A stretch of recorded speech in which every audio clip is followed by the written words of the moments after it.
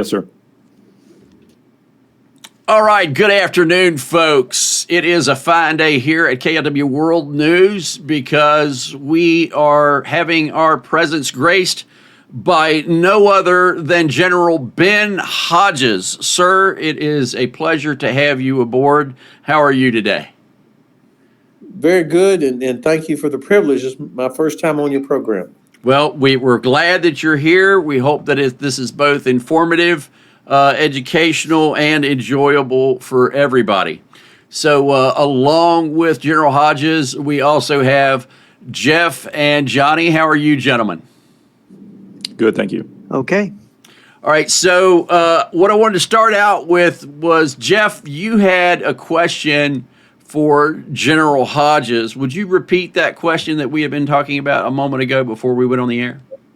Yeah, it was really two questions. One was about, does the West possess an accurate OB, order of battle, for the Russian ground and air forces? And how confident are we at their level of mobilization and where we're at right now? And of course, the Russians emphasize on Maskirovka and surprise. Is it possible that they've been sandbagging in Ukraine when they had the initial failures, that they're using Ukraine as a laboratory to improve their military while they're feeding, undesirables, they're feeding their Mohammeds and their non-Russians into the meat grinder, making it appear that they're losing. I mean, after all, we've been told by defectors that deception and surprise are the main things to them strategically, and Maskirovka is a big part of it. Are we being fooled? Do we really understand what the Russians are doing, given that it's so unexpected with all their losses that they're continuing and persisting in this war? Okay, so that's a good cluster of very useful questions.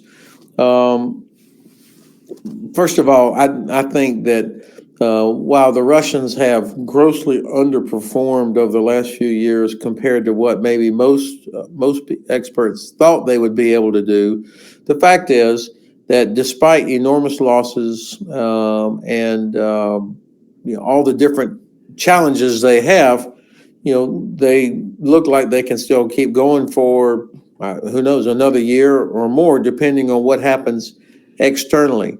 And my Ukrainian friends all acknowledge that the Russians, in terms of their ability to develop and integrate new technologies, is very good.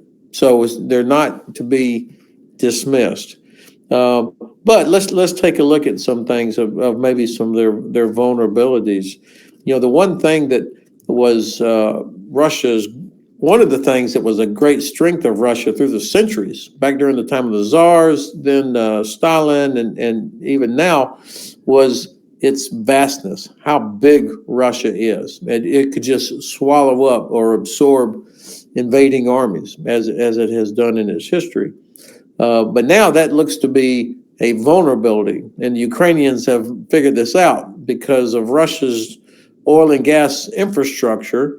But the country is so large that they cannot defend or protect all of that oil and gas infrastructure. And the Ukrainians have developed long-range precision strike capability that can hit critical nodes of the oil and gas infrastructure that are 1,000, 1,500 kilometers away. This is a significant problem for the Russians. And if this goes, if the Ukrainians are able to keep hammering that infrastructure, I don't know how much longer they can the Russians can export enough oil and gas to China and India and Turkey and others to pay for the war. So I'm not a Russian economic expert, but I hear enough people talking about it that it gives me some hope that this is a vulnerability that Ukrainians are hitting. Now, the reason I bring that up is because of what you asked, Jeff. Is there deception going on? Do they really have an elite force that's on the other side of the Urals that's waiting to come into the fight when the time is right, and everything else is just being used to attrit the Ukrainians? I don't think so. I don't think that exists. I mean, there's so many examples of where they have had to pull tanks out of museums and out of stores that are about my age. And it just doesn't, I don't think that there is this whole secret other thing out there. On mobilization, as we discussed earlier, the most common name of Russian soldiers who have been killed is Mohammed.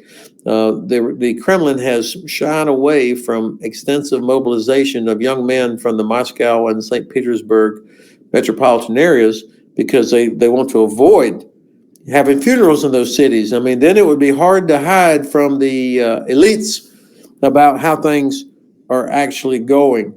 Order of battle, the OB that you asked about, I am very confident. Of course, I'm not in a position to know anymore, but as late as the end of 2017, when I was still the commander of U.S. Army Europe, of course, we worked very hard to be able to identify the order of battle, to build the order of battle of Russian forces and who the commanders were and how they were organized. We watched their exercises as closely as we could. And I would only imagine that the officers in charge now, the leadership of U.S. Army Europe, of U.S. European Command, that they have intensified their efforts to have an accurate OB. And of course, the allies in the area, from Finland all the way down to Poland and Romania, will often know more about the Russians than we would ever know. So I think we've probably got a decent fix of what they actually have. And a follow-up, just one follow-up on this fixing what they have. You saw these OBs in late 2017. You were watching the capabilities of the Russians. Were you surprised the way the Russians bungled and lost the invasion in 2022 and then couldn't do anything in 23 and 24? Did that surprise you at all? Yes, it did. And this is where getting to the second, third, and fourth level of understanding of what's going on inside Russia is helpful, and where I personally miss some things. I tried to figure out why the hell did the Russians do so poorly after when they launched the large-scale invasion in 2022. And because I had been watching all the stuff they did in Syria, in Chechnya, in Georgia, and then, of course, Ukraine when they invaded in 2014. What I missed was that it actually was a very, very small part of the Russian military that was involved in that, because up until now, it was illegal for conscripts to be used outside of Russia. And so it was only a very small part of the Russian professional force that was involved in all of their operations. So you didn't have a high level of actual experience. And if you don't have and fighting against rebels in Syria is a completely different story than fighting against the Ukrainians, particularly when you're talking about air defense. And then if you don't have real combat experience, operational experience for your Army, your Navy, and your Air Force, then you have to replicate that in exercises that are very demanding, where you train to the point of failure, and you do that. And fortunately for us and for the Ukrainians, in the Russian system, that doesn't happen. If you want to get promoted, you make no mistakes. And if you want to make no mistakes, you certainly would not conduct a gigantic exercise like we do at the National Training Center at Fort Irwin, or 29 Palms, or JRTC at Fort Polk, where you get killed by the OPFOR over and over and over until you finally get it right. And then the third thing that I missed was the corruption. I always assumed and knew that there was a level of corruption inside the Russian leadership, but I never thought about or didn't appreciate the impact on readiness of that corruption, where you've got all the different places where people are responsible for quality control, for example, of ammunition storage or maintenance or deliveries from the factories to the troops. All of these things, this is where corruption really happened. And we saw that. It played out in front of us as they had so many basic problems due to that corruption. Now, the campaign design was certainly not what I would have expected. And I've listened to some people like Dr. Phil Peterson of the New Generation Warfare Center, who's one of the best experts I've ever met on how Russia operates. And he said, well, part of the problem was that this was an operation designed by the FSB, not the general staff. And so the FSB, of course, is not the professionally trained military that would figure out all the logistics and how to, get combined and joint effects into the fight. Instead, you end up with a map of Ukraine with like 10 arrows pointing into it from all kinds of different directions. That's because it was drawn up by the FSB that completely misread sentiment inside Ukraine.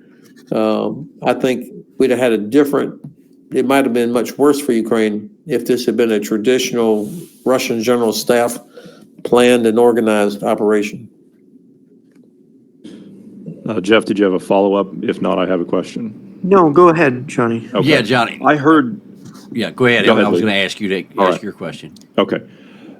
I heard you more than a year ago, sir. You said that you were going to be watching Belarus. And when you said that, I had immediately started looking into what the Belarusians were doing. And given the amount of buildups that we've been seeing inside Belarusia, and this, in my personal opinion, I don't know if you agree, it's entirely up to you, but the current administration's position on smoothing over relations with the Belarusians, which I think is ridiculous in terms of what we're actually seeing. What role do you believe that the Belarusians will play if there is a move on the Slovakia Gap or the Baltic states? Where do you think they're going to be, and how do you think that's going to play out in your opinion? This is a great question, Johnny. I think that when you look at the map, obviously Belarus is right there, but yet it's almost like we have there's a hole in the donut of what's our knowledge of what the heck is going on there.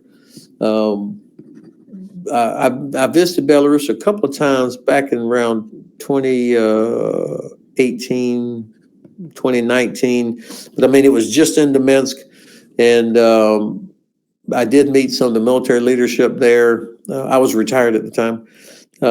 Met President Lukashenko and was trying to understand what the mood is there, what's really going on.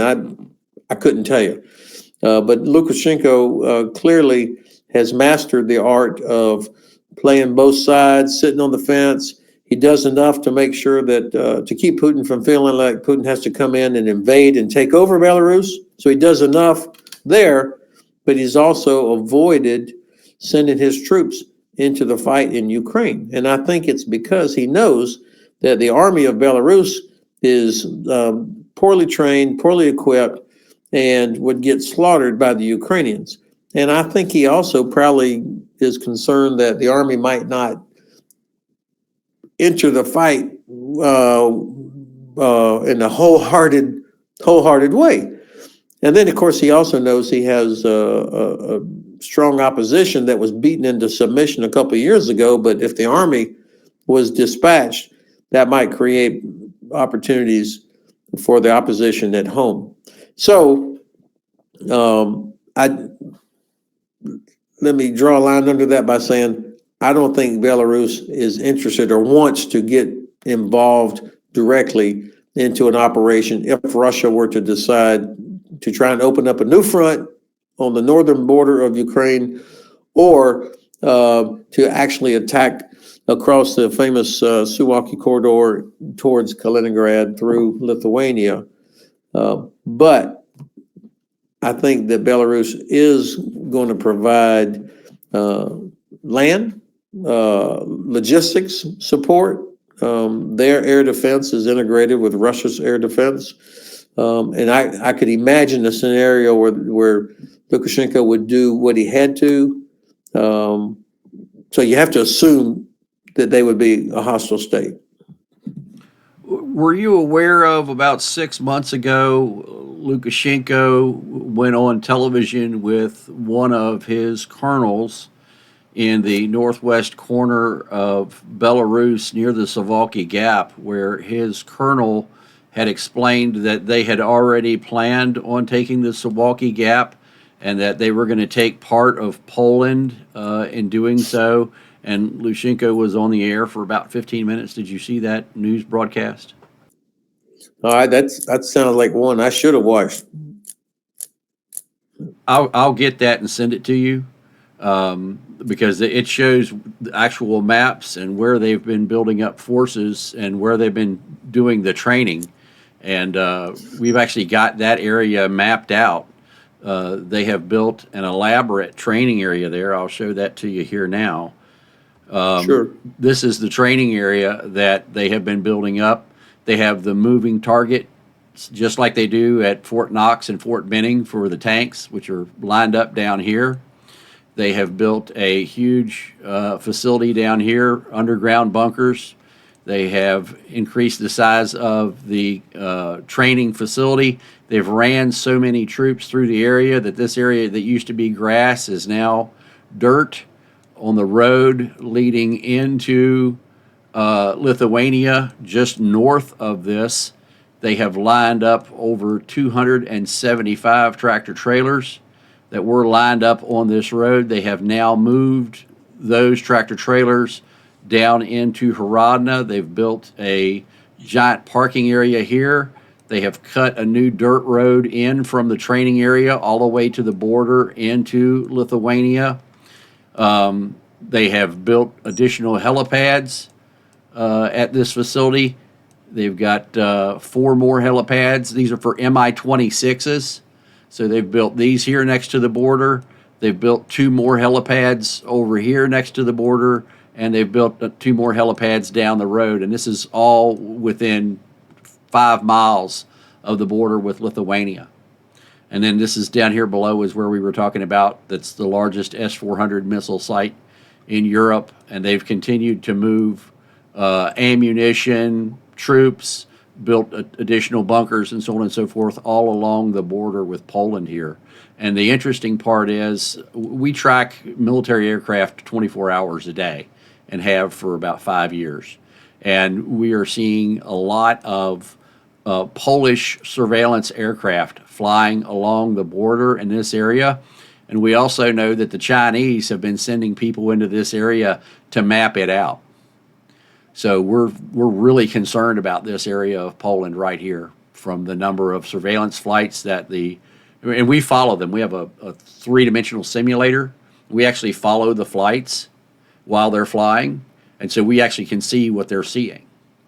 And so they're looking at this area very hard. And then here over the last couple of weeks, they've been doing a lot more flights down here because we've noticed that the Belarusians have been putting in more troops. And we've estimated that they've spent close to $500 million in the last year just improving the training areas and the facilities along the border. And in the map that I sent you, you can actually go along the border and see all of the installations that they have been upgrading, putting helipads in, and putting in these barracks areas right on the Polish border. There is the Polish border. In fact, one of the training areas, the shooting range is closer to the Polish border than it is from where they're firing to the targets.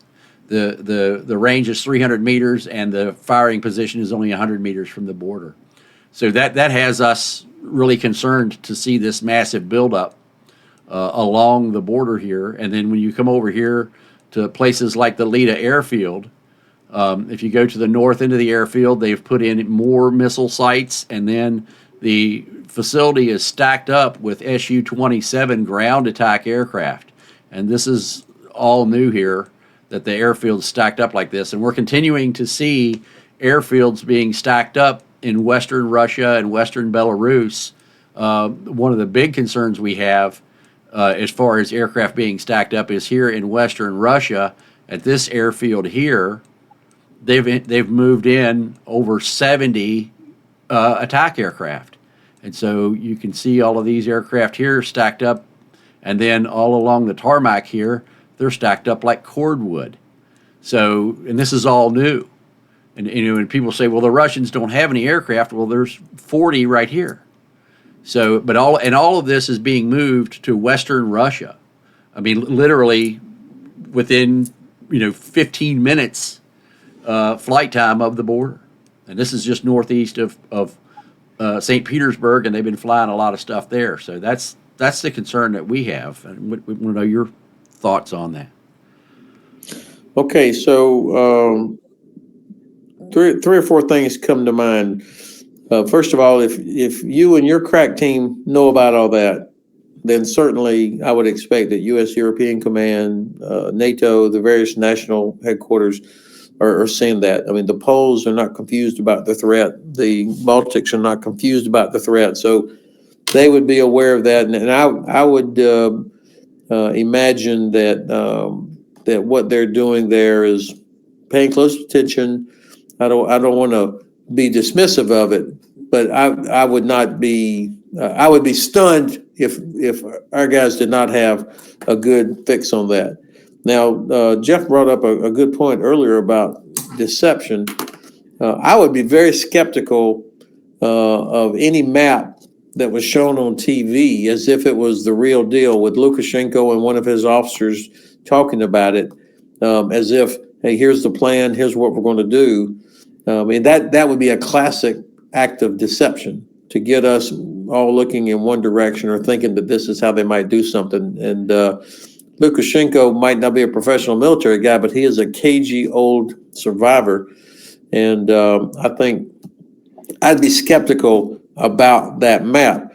Now, those aircraft that you just showed lined up there, the United States Air Force could not line up aircraft that perfectly on a tarmac. I mean, it's just, that was a little too perfect. So I would be thinking about decoys, how many of those aircraft were actual aircraft versus decoys. I mean, what's out there that to expose all your aircraft. And by the way, there's nothing that stops Ukrainians from going into Belarus and blowing shit up. So I think I'm only skeptical because it looks a little too obvious, which would be something to draw our attention, to get people nervous about what the Russians might be doing, maybe even to feed the narrative that they really do have all this extra stuff and that we're whistling past the cemetery, that they're on their last legs or that they're in trouble. So these are all important parts and pieces of a bigger puzzle. What we don't have here, of course, is the signals intelligence. And SIGINT is typically, one of the critical ingredients when you're trying to develop an understanding and appreciation for what the other side is doing. You have imagery, and you've got, I'm impressed with the imagery that you guys have, but then you need the SIGINT that goes in there, and then you still have to do the analysis, and what do the allies have? And then finally, and then I'll stop, is having a lot of airplanes doesn't make a great Air Force. It's what do we know about the flying hours? How well trained is the Russian Air Force? I mean, they, after almost 4 years, they still have not achieved air superiority over Ukraine. They have not been able to interdict any of the trains bringing or convoys bringing equipment and ammunition from Poland into Ukraine. They haven't been able to do it, which is an incredible failure for any Air Force, especially one that has so many aircraft and such technological advantages. So that would be, if I was the commander and just taking this briefing, I would be thinking, all right, well, tell me about the readiness of their forces. What do we think they can actually accomplish? Just one question on a follow-up on that is, it's an interesting, the suggestion that this bluffing by Lukashenko and Putin, that they're really puffing themselves out, is so incredibly stupid, as brilliant as the deception of bluffing is, because Europe is now seriously preparing for war. The Germans are getting ready to turn their industry over. Volkswagen is making tanks.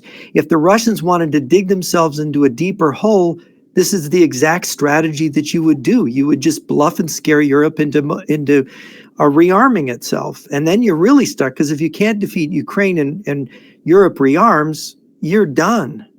right? They're doing themselves in. Is that your view of them? Well, I think that I try not to think about Russia through American eyes. I mean, to make assumptions about what they're doing compared to how we might do something is a mistake that I've made before. So I try to step back from it and think, okay, they don't care about casualties, so it's as long as they don't come from Moscow or St. Petersburg. They clearly have adopted a sort of a two-pronged strategy, with one prong being continue to try to destroy the parts of Ukraine that they cannot conquer. And that's about 80% of Ukraine that Russia is not able to actually take. And I don't think that's going to change significantly over the next many months. But, do what they can to attack civilian targets, attack the infrastructure, to cause as much damage as they can, in hopes that we finally quit. Because that really, in my view, is Russia's only hope, is that we quit, because Ukraine's not going to quit, but they hope that we quit and stop providing Ukraine with any support, stop doing sanctions or anything against Russia.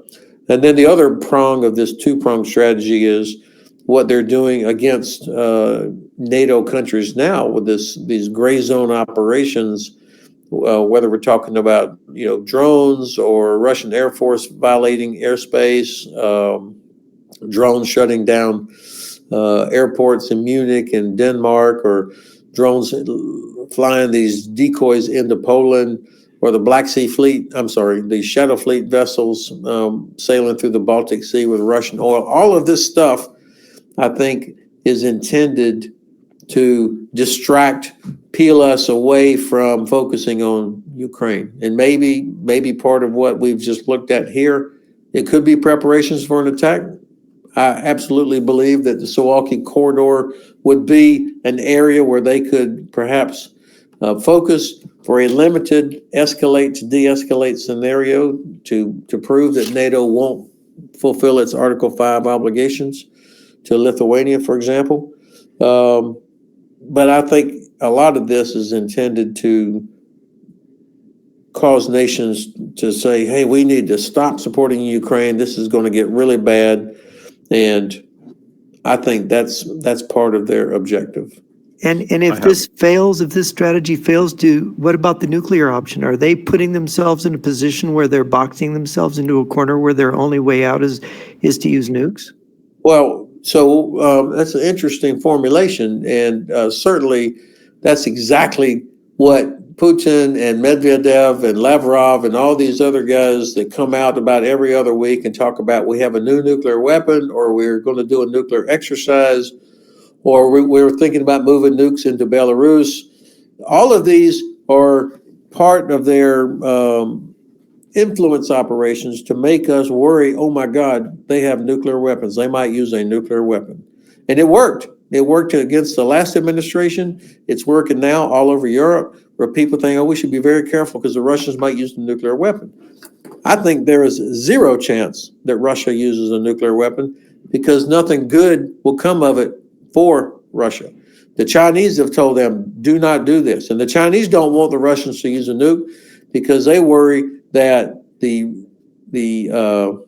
retaliation coming from the U.S. or other countries would obliterate Russia's ability to export oil and gas. So that would be the end of China's cheap oil and gas.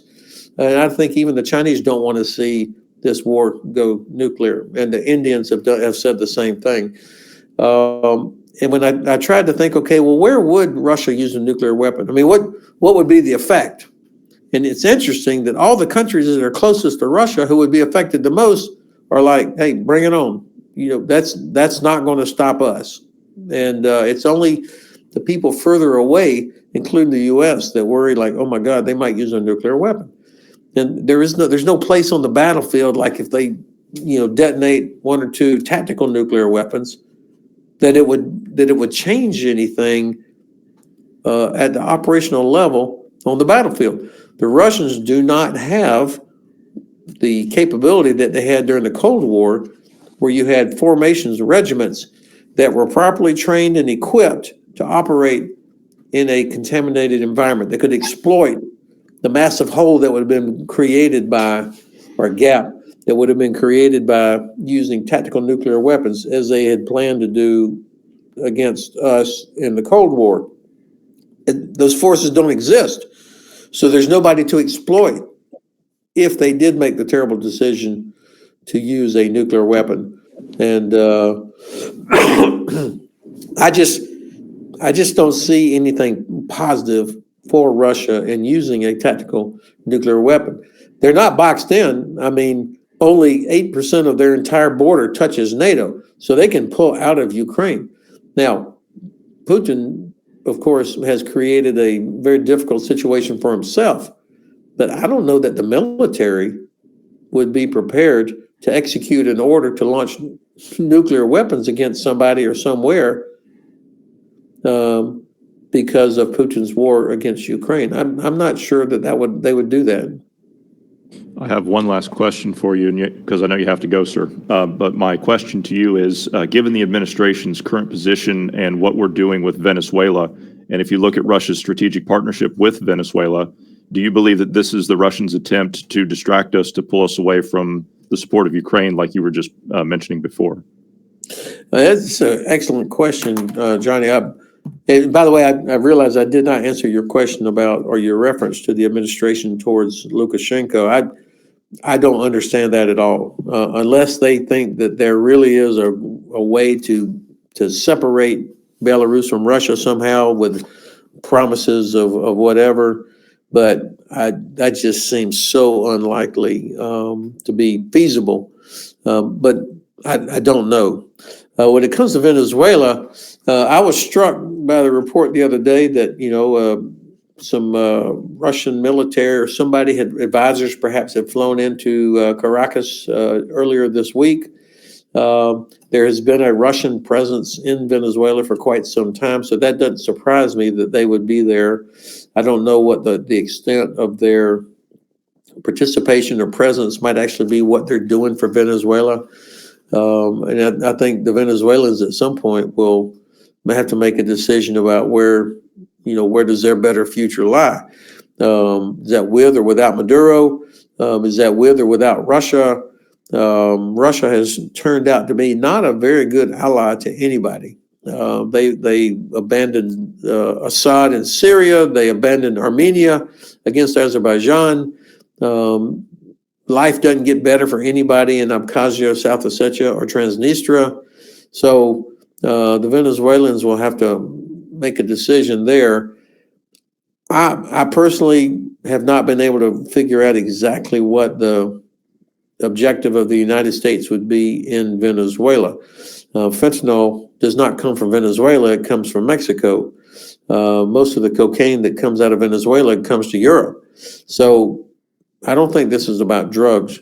Not really. I think there's some other, maybe this is a reflection that the administration is prioritizing the Western Hemisphere. I think that's what's coming out of, or will come out when the National Defense Strategy is released. That the number one priority is more than just your traditional protect the homeland. I think it's going to be hemisphere, from Arctic to Antarctic, all and everything in between. And that Indo-Pacific, maybe second priority, Europe, third and fourth priority. So I'm trying to figure that out myself. All right, well, just one more thing here before we go. I wanted to show you. This island has been leased to the Russians. This is north of Venezuela, and the Russians have taken over this island. They want it as a refueling facility as well as a sub base in the Caribbean. And so they've got a 10,000-foot long runway here. They've put new structures in. This is older imagery, but they have rebuilt all these structures here. They've got fueling over here. The interesting part was they put their communications tower on the south side of the ridge. So is that we can't get SIGINT out of this base from the north because this mountain line right here, or ridge line here, blocks the signal. The tower is down here on the flat. Also, the Russians have two training locations in Venezuela. One is over here to the left, where they have this facility right here. They have motor pools full of tanks over here, and they're lined up out in front of their buildings. And then inside in Caracas, inside of the main training area for the Caracas military, the Russians and the Chinese have a base inside of this military base. And then they have another intelligence office that's over here in northern Caracas, where they're doing their intelligence out of. So, and you have this map in your email box, so you can just open it with Google Earth. Well, if I was a Russian soldier, I'd much rather be training in Venezuela than going against the Ukrainians. There's no doubt about that. Yeah, I agree with you there. All right, sir, it has been our pleasure to have you on. We know you got to go. We kept you 10 minutes longer than we were supposed to, but it has been an honor and a pleasure, and we hope for you to join us again sometime soon. Well, thank you very much for, I'm impressed with the imagery you have and the analysis you guys have done. I don't agree with all the analysis, but I guess that's the beauty of it. You know, how you look at what you have and I like how y'all are so energetically trying to piece together what the hell is going on.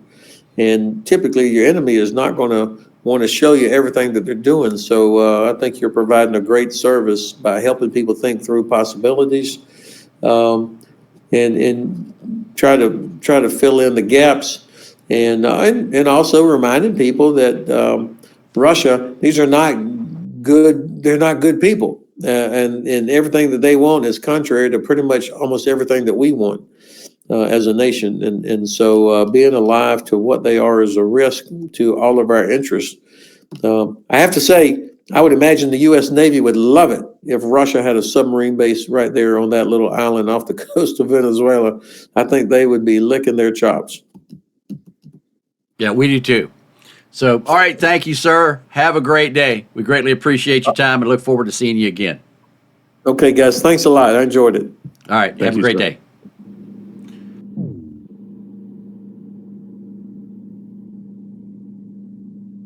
Wrong button. Sorry about that. That was no other than the one and only General Ben Hodges, one of the few people that we think actually knows what's going on in Europe, or at least one of the most highly knowledgeable people, as being the former Supreme Allied Commander in Europe and a 4-star general. We have walked on some of the same hallways and been in some of the same places at the same time. Back in January of 2015, he was in Kyiv while I was in Donetsk. He was there meeting with the leadership of Ukraine, and I was there training special operations forces from Dnepro 1. So we've been in a lot of the same places and, dealt with a lot of the same issues. So, Jeff, looks like you've got a question for me here, buddy. Well, no, I find it fascinating. I kind of expected these answers. The idea that the Russians really got into a bad position. John Mosier, who I've corresponded with, the historian, maybe one of the sharper military historians living today. I think he's still alive. He's in his 80s now. I started corresponding with him at the beginning of the Ukraine war, and he really predicted the Russian defeat, when everybody really kind of thought Russia would defeat Ukraine, at least by now. Would be over faster. It wouldn't really take that long. He realized that the Russians were going to have a disaster. They were going to trip over their own feet. They were going to have this problem. And so I was fascinated learning from him, because I have such great respect for him. And what we heard from General Hodges is he kind of learned many of the same things that John Mosier was preaching about the Russian military before we actually saw it unfold. And that what General Hodges is suggesting is that, well, he was surprised at the Russian failures, the corruption of the Russian military, their inadequate training, their inadequate personnel, their leadership deficits. There's the fact that the FSB planned the invasion instead of the general staff. All of these failures mounted to create this massive fumble, this massive bungling, and their only way out now is what General Hodges thinks is the bluff, the big bluff. Split NATO, use all these political instruments, deceive. And my point to him was, Are they really that stupid? I mean, you quit when you're ahead. Now what they're doing is they're really digging their own grave because Germany's really going to militarize. All these countries are putting more into their military budgets. Russia's going from weak to weaker, if this is true. Why are they continuing to mobilize? Is this a Maskarovka? Is this a bluff as he thinks? Or is there some disconnect here that we've missed something? And of course, this goes to what you do, Ali, is you're looking at this tremendous investment.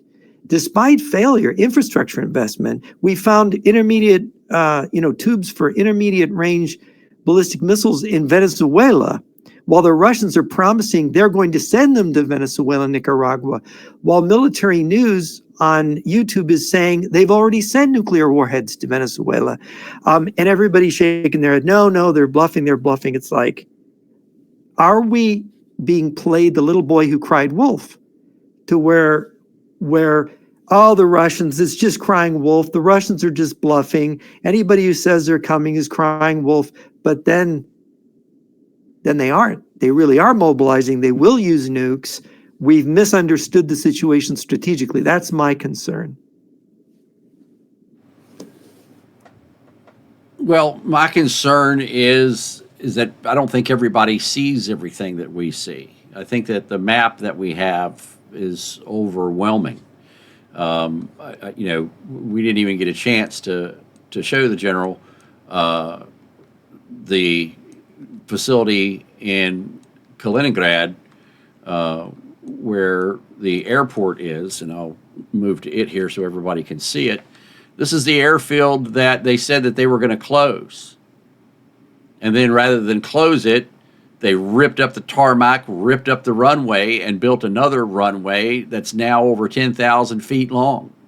After they did that, they built a brand new, huge fuel facility. Then what did they do? They have a dead-end railroad line that runs up to a huge fuel reservoir already in Kaliningrad with the tank trains lined up. And then in addition to that, they've now built a truck manufacturing facility that has how many trucks, Johnny? 586 that I can count, not including what's under the building right there, yeah. Right, so there's 586 trucks sitting right here in Kaliningrad. Now, if you were going to sell those trucks, they wouldn't be sitting on the parking lot here, would they? That looks like stockpiling of trucks to me. They're making them and keeping them. That's enough trucks to supply more than 2 divisions. Yes. And you can see where they're expanding the facility. They've graded right down everything to the right. Yeah, they've graded all that down. And they're going to be adding more. And if there's more trucks underneath that roof, right? You're tripling it. You've got the supply, the nub of the supply, trucking supply for a field army. So then, these are the things that concern us, and they don't have a rail line to load these things out on. There's a rail line here, but they haven't put in a railhead to haul them away. And they're doing it down here at the end of this dead-end road next to this secure fuel facility that only feeds this airfield here. I mean, there's just so many things. And then, like we showed the general before we went on the air, here at their NORAD, they have now stretched an anti-drone net over top of their main facility. And they've put triple fence around the facility. It had a double fence before, it's a triple fence now. So, if they're not planning on being in combat, why are they putting a drone fence over top of a building in western Kaliningrad? The Ukrainians are not going to fire at that. Yeah, it can't be cheap, can it? No, and I'd also like to point out, if you zoom back in on that facility, I'd also like to point out, if you go down, you look on all 4 corners of it, you can see where they've cut trenches. No, not there, on the outside of the fence. Oh, yeah. So you can see, no, go zoom out a little bit, further out. There's one right there. On the open approaches to the there's one there. There's one to the right of that. There's one out front. on the main road. There's one there. So Oh, you yeah, see there's that a new one one there? here. Yeah. These are defensive line. These are defensive measures that they're putting in. And they've built the new tower up here at the power facility. This is a new Yes, there's a communications second- tower that they put in. There's a second tower. Yeah. Yep. So, there's hundreds of millions of dollars worth of work that they're continuing to do. They've put in more trucks up here at this facility. We've already counted up over 100 trucks. They've lined up more out front. They've got another fuel truck out here. They've got 3 fuel trucks here now, as opposed to the 1 that they had. They've built up the facility down here, the nuclear facility. It's done now. So the nuclear storage facility is done. The facility that puts the nuclear warheads on to the missiles, which is up here, they've now put 4 fences around the outside of it. First gate, second gate, third gate, fourth gate. They're still building the 3rd fence here. This is the facility where they build the nuclear weapons and put the warheads on. This has been proven by multiple sources. This is a massive upgrade of this facility. So, then there's dozens of places like this we've looked at in Western Russia and Belarus, which means that if they're supposedly pouring all their resources, shoulder to the wheel to defeat Ukraine, this looks like a massive expenditure of resources, nothing to do with defeating Ukraine, at least not directly. Right. It's not in Ukraine, and it's not in Russia, and it's not in Belarus. This is in Kaliningrad. Yeah. And way to the west. Right. And the western side of Kaliningrad. And, I've started counting up missiles in Kaliningrad as far as S-400s, S-500s. We're approaching close to 1,000 missiles in Kaliningrad. And then all of the training areas down here, the new drone runways along the border, all of these new facilities that they're building here along the border, and then the fact that the Poles are doing surveillance flights and imagery flights to map out all of these routes coming in from Kaliningrad, and they did it on a Saturday. So and this begs the question of bluffing, a bluff that consists of such hard investment in facility to support a push into Western Europe. These measures are not bluffs. You can see them from space. So the only thing we're lacking is that we have a disagreement over the OB, the order of battle. And of course, General Hodges admitted he hasn't had access to that since 2017. But I would suggest that the Russian Maskirovka ability, which is essential to their system, that if you're relying on signal intelligence to tell you whether those aircraft lined up there are dummies or not, you may well be deceived by the signal intelligence, because the Russians, to produce fake things that will convince you that they're bluffing, there very well might be a bunch of fakes just to make everybody conclude that everything is fake, when definitely we're looking at things that can't be fake. And so the question is, how soon before somebody wakes up and says, wait a minute, there is going to be a major mobilization next year? And my other question, the question I didn't get to ask, but I asked General Hodges before the show, is that in World War II, Germany, with a population of 80 million, now Russia has a population of 140 million people, that Germany, with a population only of 80 million in World War II, put more than 25 field armies together, and of course had millions of men under arms, lost 9 million in the fighting the war. And here we say Russia's defeated when they've maybe only lost 1 million, not even 1 million dead. We're talking about 9 million German dead in World War II. And that somehow this country that almost has twice the population of Nazi Germany has only cut a fraction of that loss, and has, they can't even produce 1,000 tanks. A country with the economic, industrial ability of Russia and the resources, Germany was constricted in its oil and iron ore resources. Germany produced more tanks than Russia's supposedly producing. I'm not sure I believe the analysis of Russia's weaknesses. I'm starting to think, you mean Russia in 2025 is economically weaker than Germany in 1939, 40, 41, and cannot field as many field armies as Germany when they have, approaching twice the population. Whatever the problems with the Russian population, I've got to express skepticism about this Russian incapacity. Well, we've been told that the Russians have now produced 3,000 T-94 tanks. That's the number. T-90s? T-90, T-90s. T-90s, right. T-90s. Yeah, T-90s. I said T-94, but T-90s. That they have produced over 3,000 T-90s in the last 2 years. And where are they going? Yeah. Where are they going? Right. Where are they going? They're not going into Ukraine. Right. Where are they going? Yeah.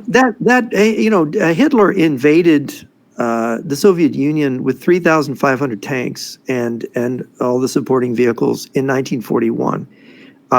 Is this T-90 combined with, and of course, General Hodges makes the point the Russians aren't protecting their forces against radiation weapons. One of my questions for him is, what if the Russians have perfected the miniaturization of the fuel air bomb warhead, which I was told was tested in Chechnya, preliminary versions in 2000, tested on Chechen military positions. This is a fuel air, a vacuum bomb, basically, that has the explosive capacity of a tactical nuclear weapon without the radiation.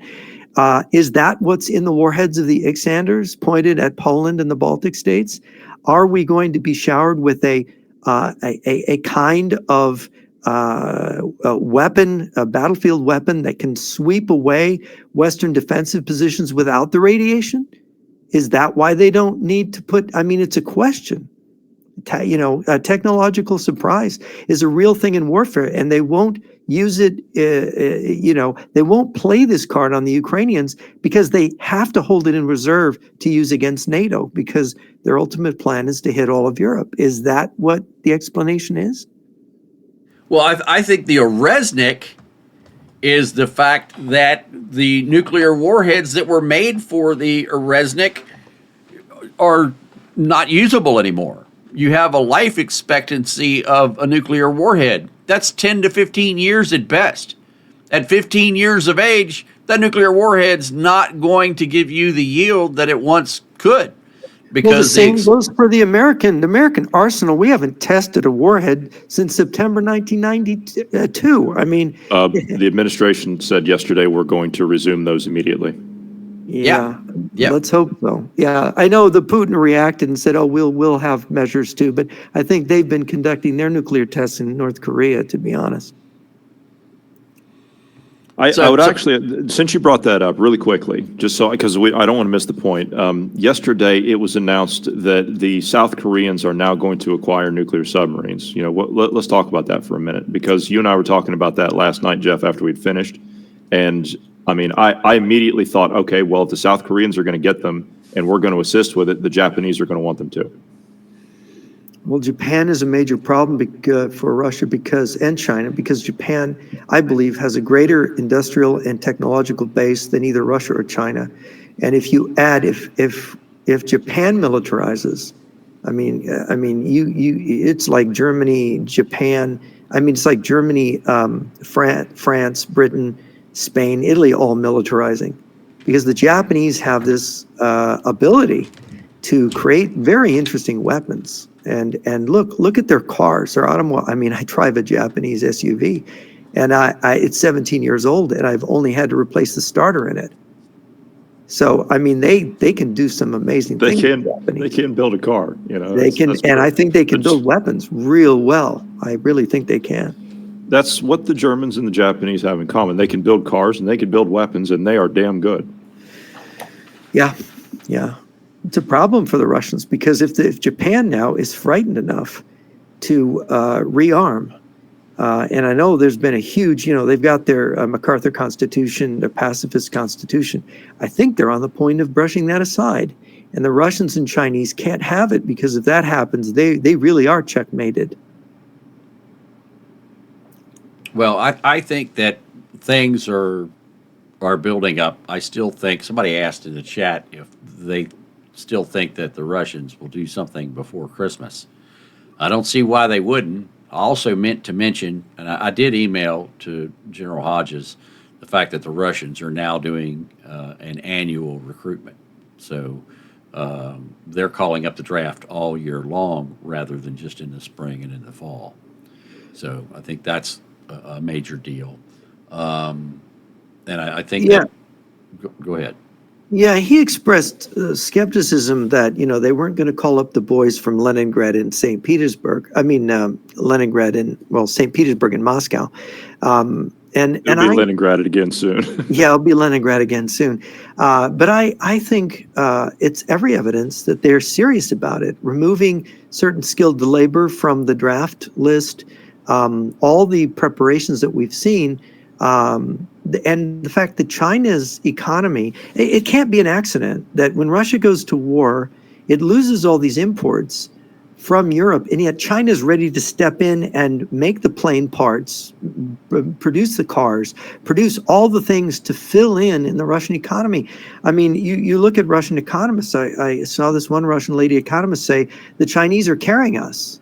Well, why are the Chinese carrying them? The Chinese are literally going broke, and they are pouring all their production to support Russia's economy so Russia's economy can continue operating, so they can go over to a full war economy and their population can still have cars and they can get the spare parts to replace what Europe makes.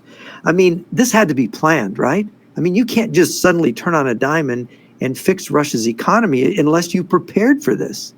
It looks prepared to me.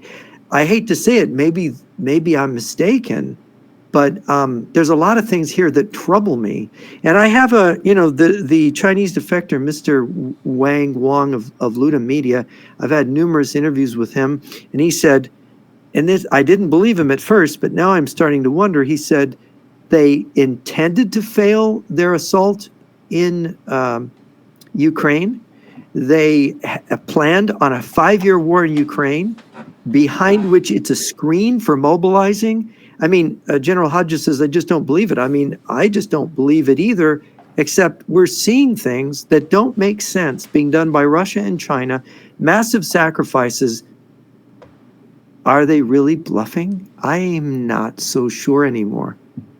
Well, after seeing, what they're doing as far as building their giant underground Pentagon in China, and then when you talk about, the fact that they have this underground facility here, which is their Cheyenne Mountain. I mean, they put a drone screen all over the outside of this building.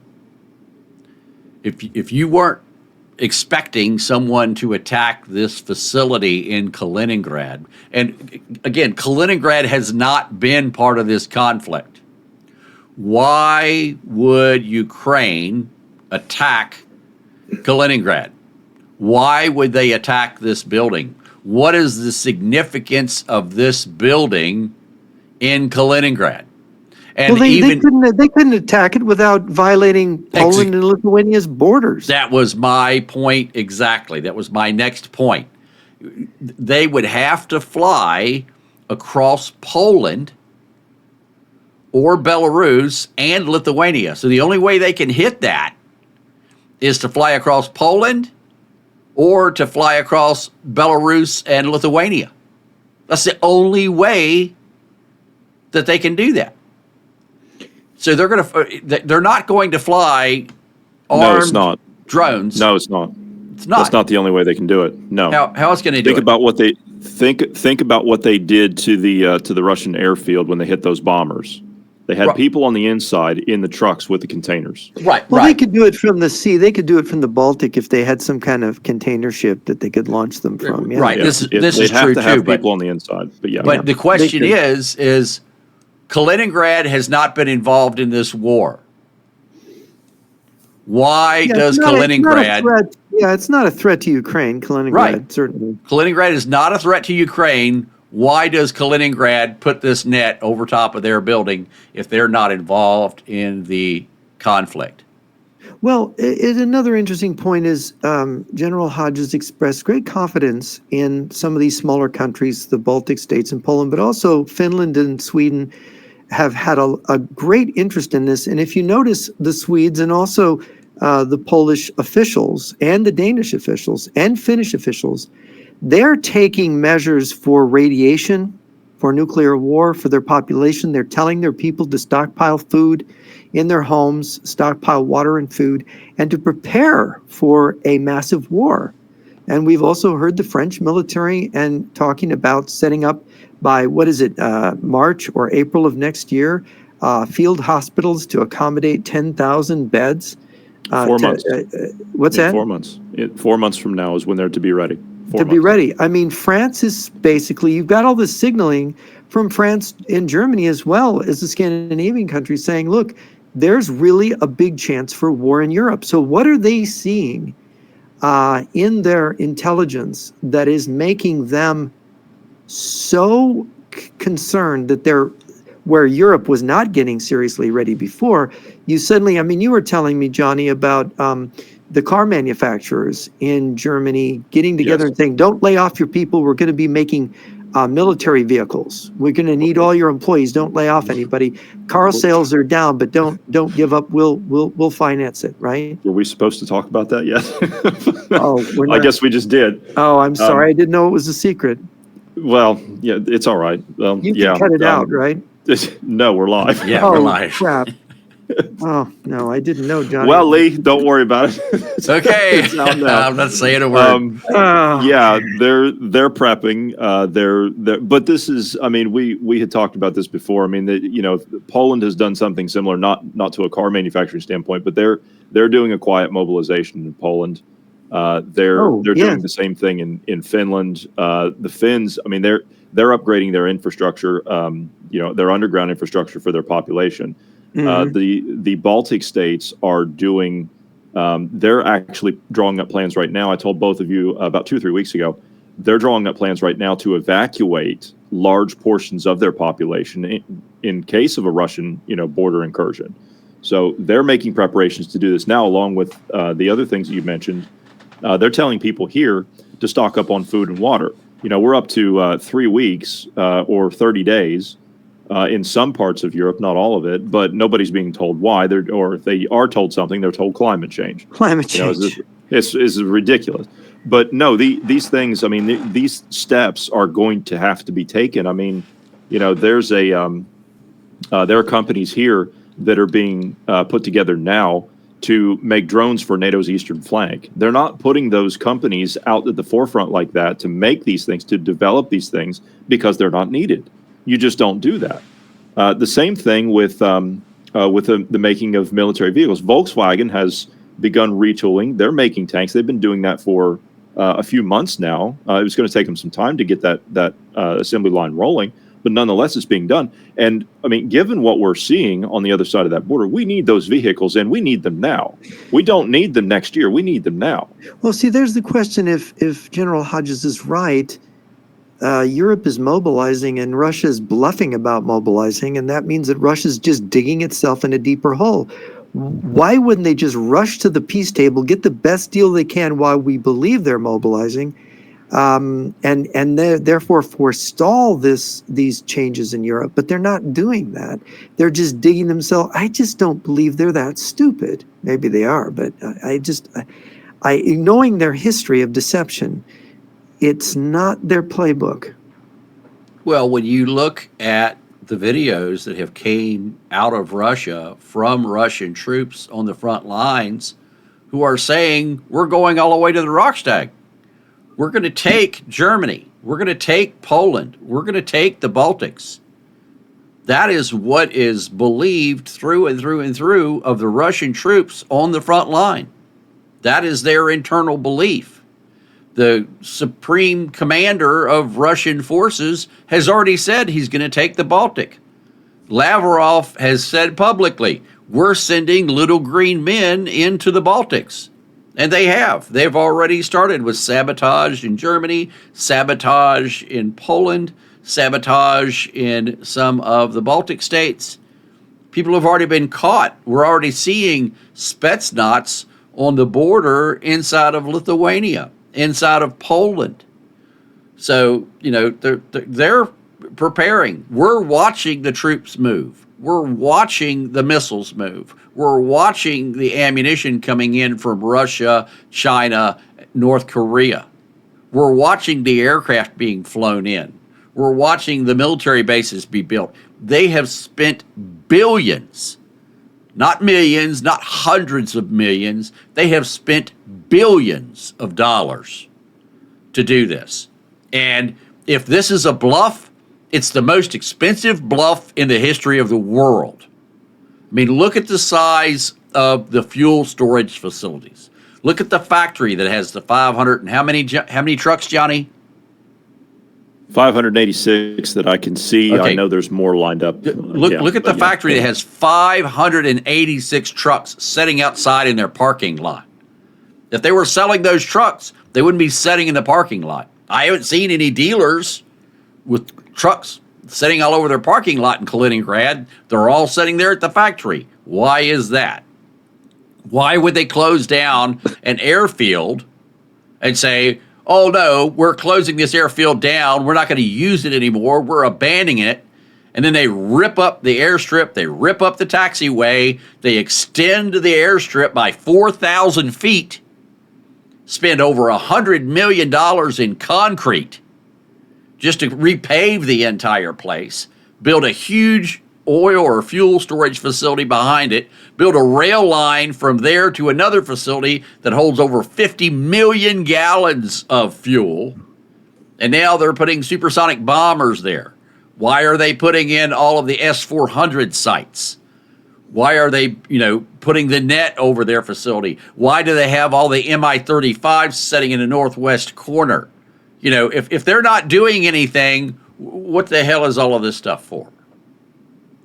Jeff? Yeah, that's absolutely, that's the thing that's scary. The other thing that we didn't get into was the nuclear. I mean, General Hodges, is interesting what he says, and I hope he's right, that he absolutely doesn't believe they would use nuclear weapons. He doesn't see what purpose that nuclear weapons would serve. Look, I have read the Russian military literature, the Soviet military literature, Sokolovsky's Soviet military strategy, Sidorenko's The Offensive, all of these books. It's nuclear conventional, it's all arms nuclear war, where you're not just using nukes, you're using nukes in combination with combined arms armies and fleets and navies and all the rest of it. And the thing that is really troubling, Colonel Stanislav Lunev, I knew him well. He was a GRU colonel who defected, the deputy head of the GRU in the United States.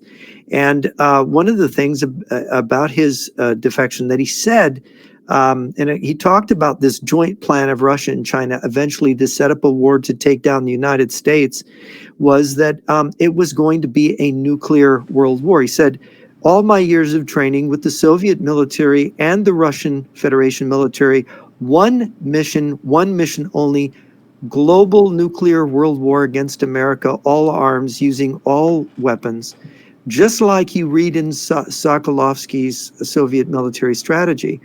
And this is really alarming because our generals absolutely don't believe in nuclear weapons.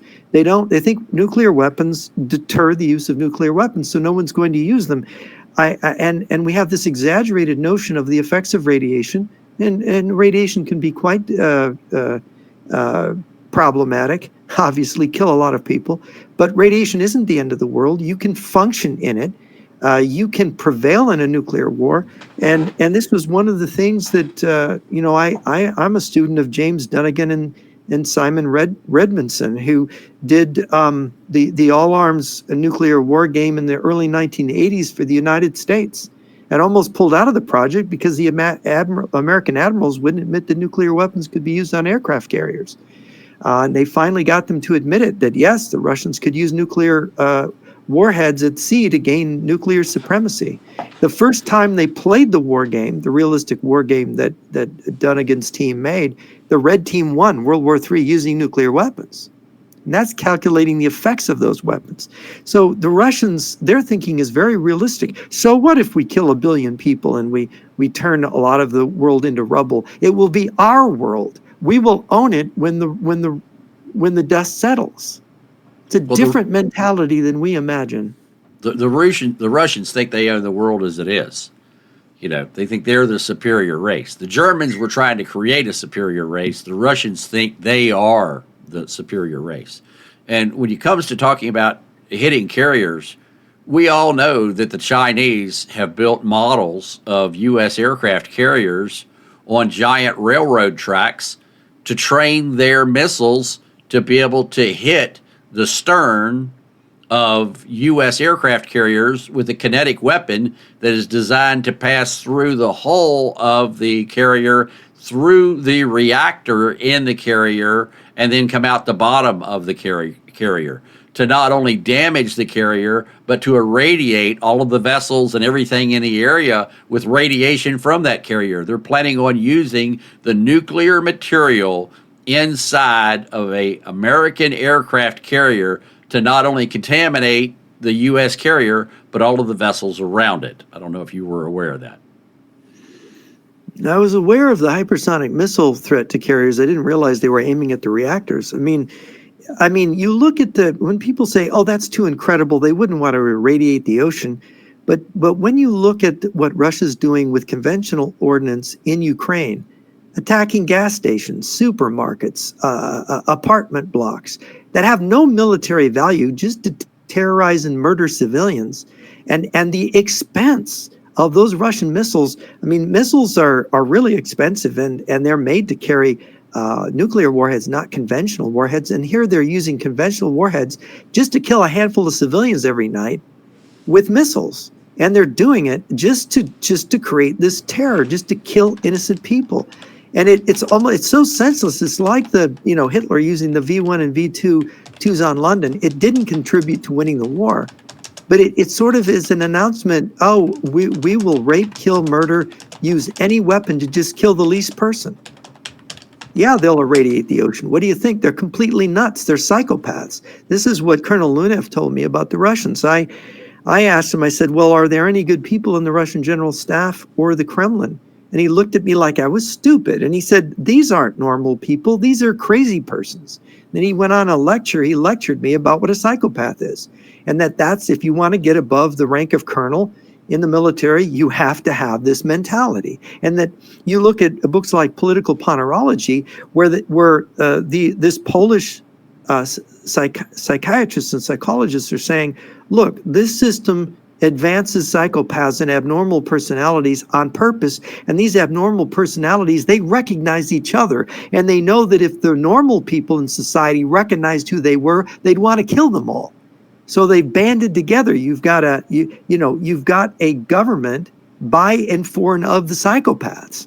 And you look at this war in Ukraine, and it's like kidnapping 20,000 children and brainwashing them and to try to send them back in the front line as cannon fodder. I mean, how evil is that? Well, they've done that. That's their history. They've done this many, many, many times. Yeah. So it's and so the idea that they are normal people that think like we do, and I'm very glad General Hodges said, look, I know they're not normal, and I know they don't think like us. I think we have to think out of the box. Look, one of our great heroes, military heroes, who predicted Pearl Harbor, Billy Mitchell, he was put on trial, by the way. General MacArthur was, I believe, the head of that court-martial of Billy Mitchell. And Billy Mitchell was basically court-martialed right out of the United States Army Air Force. And what did he do? In 1925, he predicted that the next war would begin with an air and submarine attack on Pearl Harbor at about, what did he say? It was going to happen at 7:30 a.m. in the morning. Now, here, 16 years before the event, he was 20 minutes off on his prediction of the timing. Yeah. But he exactly predicted the attack. And he also predicted even closer the attack on the Philippines that would simultaneously happen. And basically, he was rehabilitated after the war. But you realize the entire U.S. military establishment didn't listen to him and booted him out. Though the guy was right.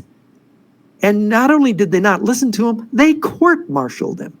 Yep. Same thing would happen to any of us, you know that? It would. Well, I mean, we Up could on be wrong, you know, I mean, but Could be, you yeah. know, it's the experts are, you know, one of my favorite little books, Who Knows? And it's today's experts are tomorrow's assholes, you know, and it's like, and any of us could be wrong. But it's happened over and over again that there's this groupthink that takes hold, and a sort of a comfortable second reality, a false reality, forms our picture of the world, and we fool ourselves because we don't want to think worst case. And that's the thing about what we're doing, is we're trying to, you know, ask questions and put up a different set of analysis that maybe the mainstream leadership of NATO and the U.S. military are missing. What you've got up here on screen, this is Poseidon. This is Russia's new nuclear torpedo that they successfully tested supposedly 2 days ago. It was launched from the test, of course, it's to be launched from an underwater drone from the world's, this is the underwater drone, sorry, launched from the world's largest sub.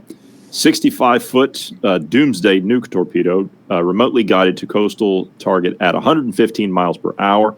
It has a 100 megaton warhead, and it is detonated at depth of just off the coast, and it will trigger a 1,600-foot tsunami of radioactive seawater. It's a lie. Putin and Medvedev both said this was a successful test. Now, this is the video that I showed yesterday, Jeff, of Putin sitting in front of the poster of the two guys hoisting the flag, the Soviet flag, over Berlin at the end of the war, and they also had the icons of the Mother Mary there behind him, and they said "For the Motherland." So as he's giving the speech about this successful test. Okay, so this is what I wanted to show you guys. This is a nuclear detonation underwater. And the problem with the nuclear detonation underwater is it doesn't create a tsunami. It creates a vertical shaft of the blast that goes straight up. There you have it. That's a nuclear detonation underwater. But you see, if you do it at a greater depth and you use 100 megatons, I still don't think it's going to do it. I think you're going to get... you know, you won't know until nobody's ever tested it, so you won't know. Well, the Russians claim they have, but yet there's been no tsunami warnings anywhere else in the world from it. No, I can't believe they couldn't have tested without it being detected. Right, we would have picked it up, just like they claimed they claim they've tested it. Yes. No, They claim they had a successful test of it. Yes, no, but they didn't detonate it. They're not claiming they detonated. Yes, they did. They claimed that they had a successful test of this. They also claimed that they had a successful test of their nuclear missile, their nuclear cruise missile. Yes. Well, we know that that's a lie. And the way we know that that's a lie is we've picked up no radiation from it. That cruise missile, if it did fly, is nothing more than an airborne Chernobyl. The radiation from that would be traveling all over the place, and we would have radiation detectors going off all over the place. If they had set this nuclear torpedo off, well, we would have seen that seismically. There's no results of that. And additionally, if it sets off a tsunami, how come there was no tsunami? These are just lies that the Russians are putting out. It must have been a virtual test if it was, but you're adding fuel to General Hodges's analysis that this is another example of Russian bluffing. They don't have the weapons they claim they have. They're puffing their chest out, and that it's all just to scare people. I think it's a combination of the two. Mm-hmm. I think so you would say that they're at the same time they're doing the scaring tactic that will get people to not believe, get professionals not to believe them, while they're preparing a whole different set of surprises for us. Exactly. Yeah. Don't let the one hand see what the other hand is doing. I think all of those surprises you're talking about, Jeff, I think that is headed towards the overture. I think that's the great terror. We're going to see, just sabotage operations, anything to peck at us, anything to weaken us and cause us problems. Yeah, we have a real problem in believing nuclear weapons and believing this. See, if it's like the death by 1,000 cuts, the two Chinese colonels, unrestricted warfare. I have a real problem with the people who overemphasize this book, because why would the Chinese publish their strategy? Okay, we know about this death by 1,000 cuts. They used it in Vietnam. With the Viet Cong. They used it in Africa. They've used it all over the world on us. It's not news. The communists use these guerrilla tactics and use terrorism and use subversion and so on. Death by 1,000 cuts. But you know what? If you read the book, there's this refrain throughout the book, and they say, "Oh, nuclear weapons are obsolete. It's death by 1,000 cuts. China doesn't want to build a nuclear arsenal. Nuclear weapons are stupid." And yet we find out then 20 years later, they put the shoulder to the wheel and they're building massive numbers of nuclear weapons and missiles. And it's like, oh, did they fool us? So we wouldn't rejuvenate our nuclear arsenal. So now we're facing a Russian nuclear arsenal, a Chinese nuclear arsenal, both combined, while ours is way past the shelf life. You heard what Hodges says about nuclear weapons that are more than 15 years old. Gosh, all our nuclear weapons are more than 30 years old. If 15 years is their shelf life, we're 15 years past our shelf life. Well, no, but we redo our missiles. We take them out, refurbish them, put new explosives into them, put them back together, and put them back in the silo. There's a group out of Offutt that is in charge of that and does it regularly. They do it with Sandia National Laboratory. Peter Pry told me, one of the last conversations I had with him, the late Peter Pry, is that he knew an expert from that industry saying that he doesn't believe any of those nuclear weapons were put together right, that it was, the sham of virtual testing is not adequate, and that we need real tests, and that we've got a problem with our arsenal. Now, I don't know who's right. Is Peter we're right? We're going to find out, because Trump just said we're going to do it. I thought we were going to do a test this summer. I don't know. I thought that was already announced. Wasn't that already announced? It was already announced, yeah, and but we didn't do it. We didn't do it. Why did we not do it? Or did we do it and it was a failure, and we have a problem? That's something I hadn't heard that we tried it. So yeah, well, no, you probably wouldn't have if we tried it in secret. Right. No, I think they would have announced that they were going to do it, and I'm they confident. Did announce, didn't they? I'm confident in our weapon systems. Mm-hmm. Because it's like this. It's like baking a cake. Once you learn how to bake the cake, as long as you do it the exact same way the second time, most likely you're going to get cake. So there is a problem. Look at the Saturn rocket. We couldn't build one today. Werner von Braun is dead. There's a lot of knowledge in the space program that was lost because these guys aged out, they retired, they died off. The people that knew that, it's baking a cake isn't always everything in the published recipe. There's things that people have in their heads that when they go, they're gone, and it's really hard to, how did they do this? This we're following the recipe exactly. Why isn't it working? Just looking at the space program, there's a lot of things in trying to get back to the moon. They keep putting the date back that we're not able to do now. And of course, not able to build a rocket as big as a Saturn V means we have to do it with less power. Well, we have the new super heavy lifter from Elon. That's bigger than a Saturn. No, it actually doesn't have the thrust of a Saturn, and it operates differently. It gets there by a different method. That's my understanding. My understanding was it was the largest, most powerful rocket ever built. It's the largest one now. I think you'll find a Saturn rocket has more thrust than the Elon's rocket does. All right, well, I'll have to look that up. We can look that up. I guess you can try to look.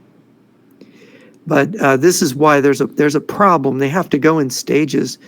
I think the technology is the idea that technology, once we have the cake recipe, we can always make the cake. But grandma died and she left something out of the recipe, I think is really how it works. We really do. Look at the Roman concrete. We today cannot make concrete as good as the Romans made it. Oh, Damascus We don't- steel. No, we cannot. No. Yeah. I mean, this is crazy. The Romans had better cement technology than we do today. Yeah, they did. And a lot of their structures are still standing that they made out of concrete. Ours would have crumbled by now. The most So- powerful rocket ever built was SpaceX's Starship. Does it actually have more thrust than a Saturn V? Does it have as many stages as a Saturn V? How is that defined? I think that's thrust. Let me check here. The Saturn V had one. Was it one booster or was it 5? You're muted, Jeff. Yeah, it was numerous boosters. Yeah. I mean, I was reading up on this, and it's interesting. We can look at this now because they can't. It's twice as powerful. The Saturn V has 3,460 metric tons of force, whereas the super heavy Starship has 7,590 metric tons. So it's more than double as powerful as the Saturn V.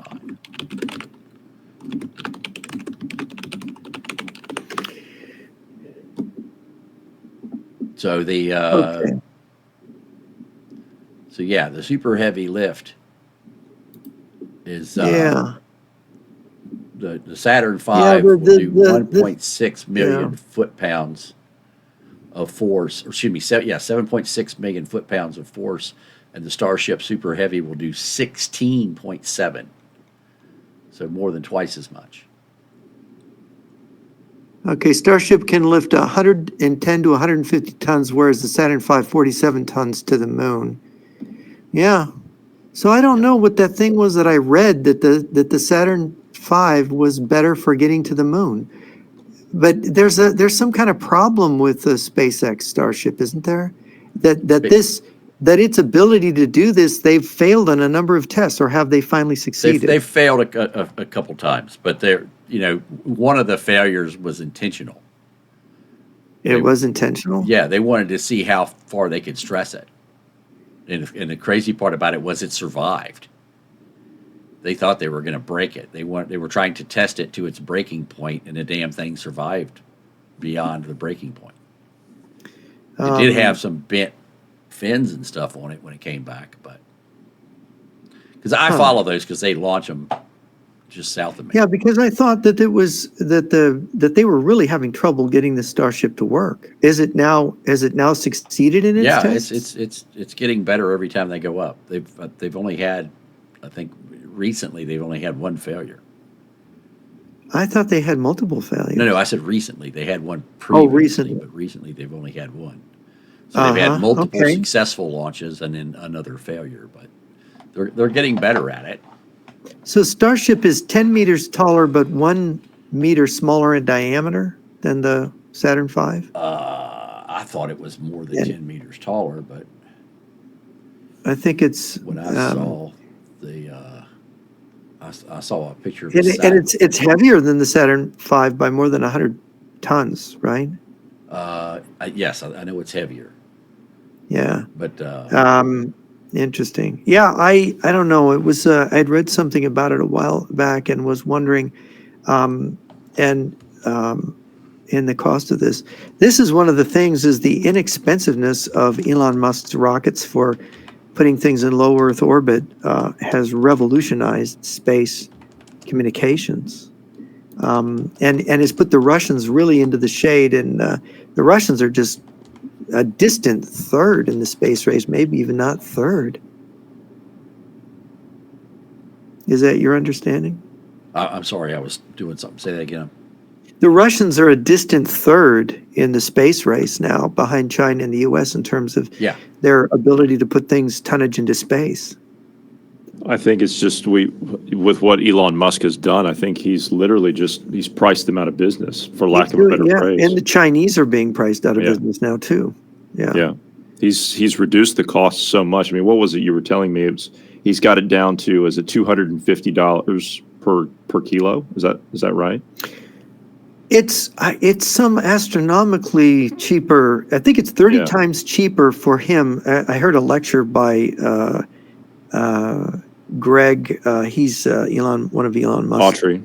Greg Autry. I got a chance to meet him, and he said it's like 30 times cheaper for Elon Musk to launch something into orbit than the Chinese can, and the Chinese are complaining. And the Chinese had the cheapest before that launch. Chinese. Have you seen a Chinese space launch before? Have you ever been? Have you ever had the privilege of witnessing that? No, God is no, right. I haven't.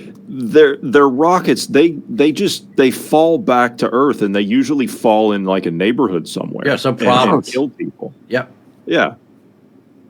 That's crazy. Yep. It's just it's so god awful just to watch it. I mean, it's painful to watch. Yeah, it. I actually broadcast them live when they do it, and I'm going. And my joke is, which town is the rocket booster going to land on this time?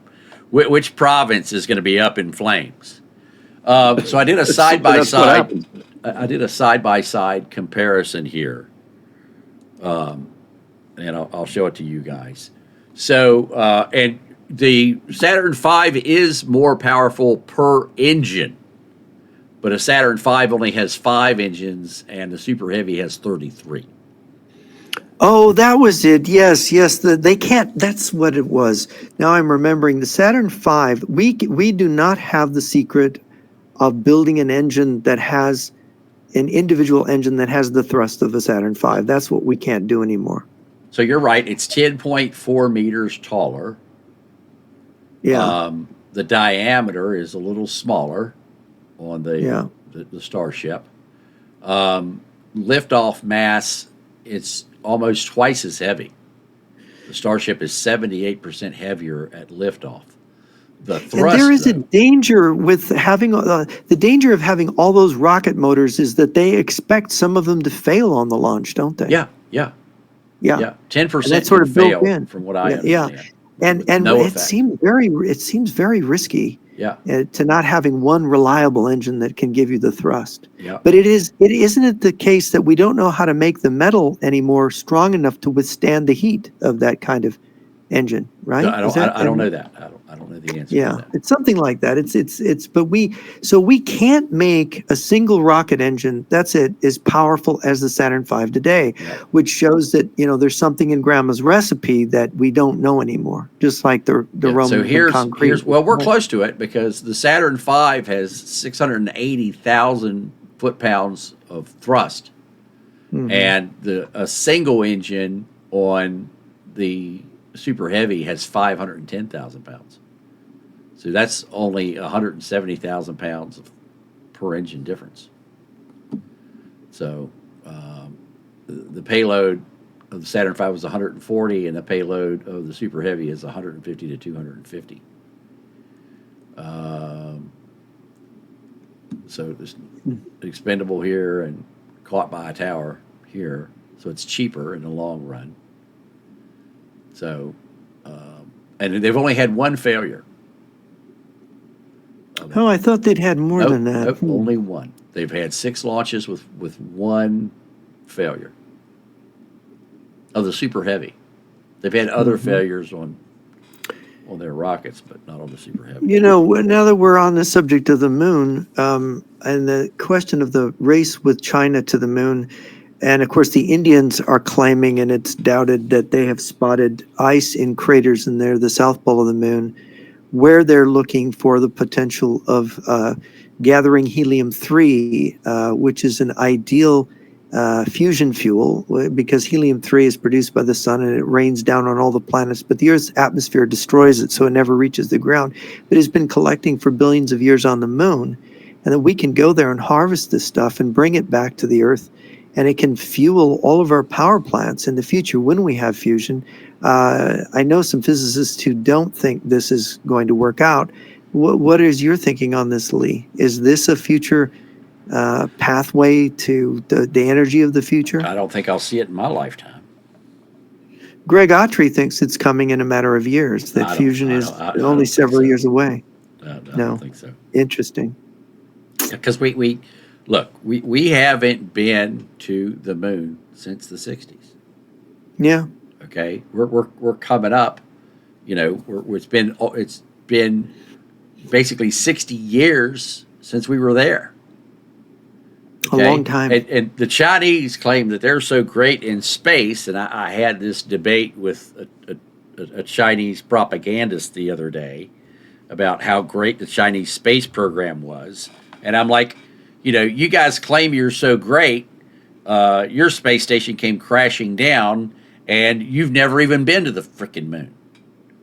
So how good are you? The Chinese have the best record for landing probes, landing robot ships on the moon. Better than Japan, which had a failure. Theirs fell over. Better than India, and certainly better than Russia. Theirs just crashed. Right. And so they have successfully set down things, and I think they're the first to have landed something on the dark side of the moon. Yes, they are the first to have landed. Well, so they claim. So you think they might be lying about that? Well, they lie about a lot of stuff. I catch the Chinese lying. How can you say the Chinese government lies about things? They're one of the most honest bunch of people you'll ever come across, especially in the business world. Yeah. You picking up on my sarcasm? Right. Yeah. Yeah. Oh my gosh! No, please, nobody believe that.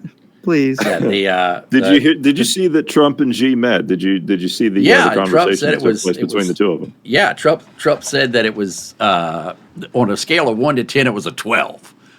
Oh, if you can believe that shit. He can't say anything without hyperbole. Yeah. So it was absolutely. Do we have any questions? Let me check and see if we've got any questions. So if you got a question, now would be the time to put it in the chat, folks. This has been an excellent broadcast, starting out with General Hodges. So I'm not worried about the comet, so we're not even going to waste our time with that. Maximum thrust and total thrust. Maximum is what it'll do for a short period of time. Total thrust is what it will sustain for the entire flight. So, Lee, while we're waiting, can I do a shameless plug? Sure. I got my radio. Everybody that doesn't have your radio, get it. Yeah. Yep. If you're on the KLW World News Network, make sure you get the radio we're recommending.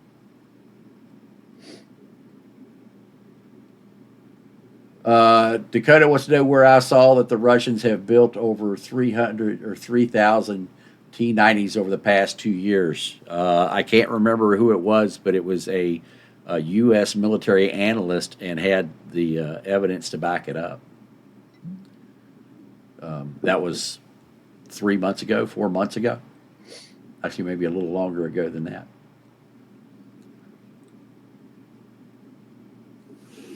That's a lot of T-90s, and they're only been throwing away their old junk in the fighting in Ukraine. Yes, which is exactly.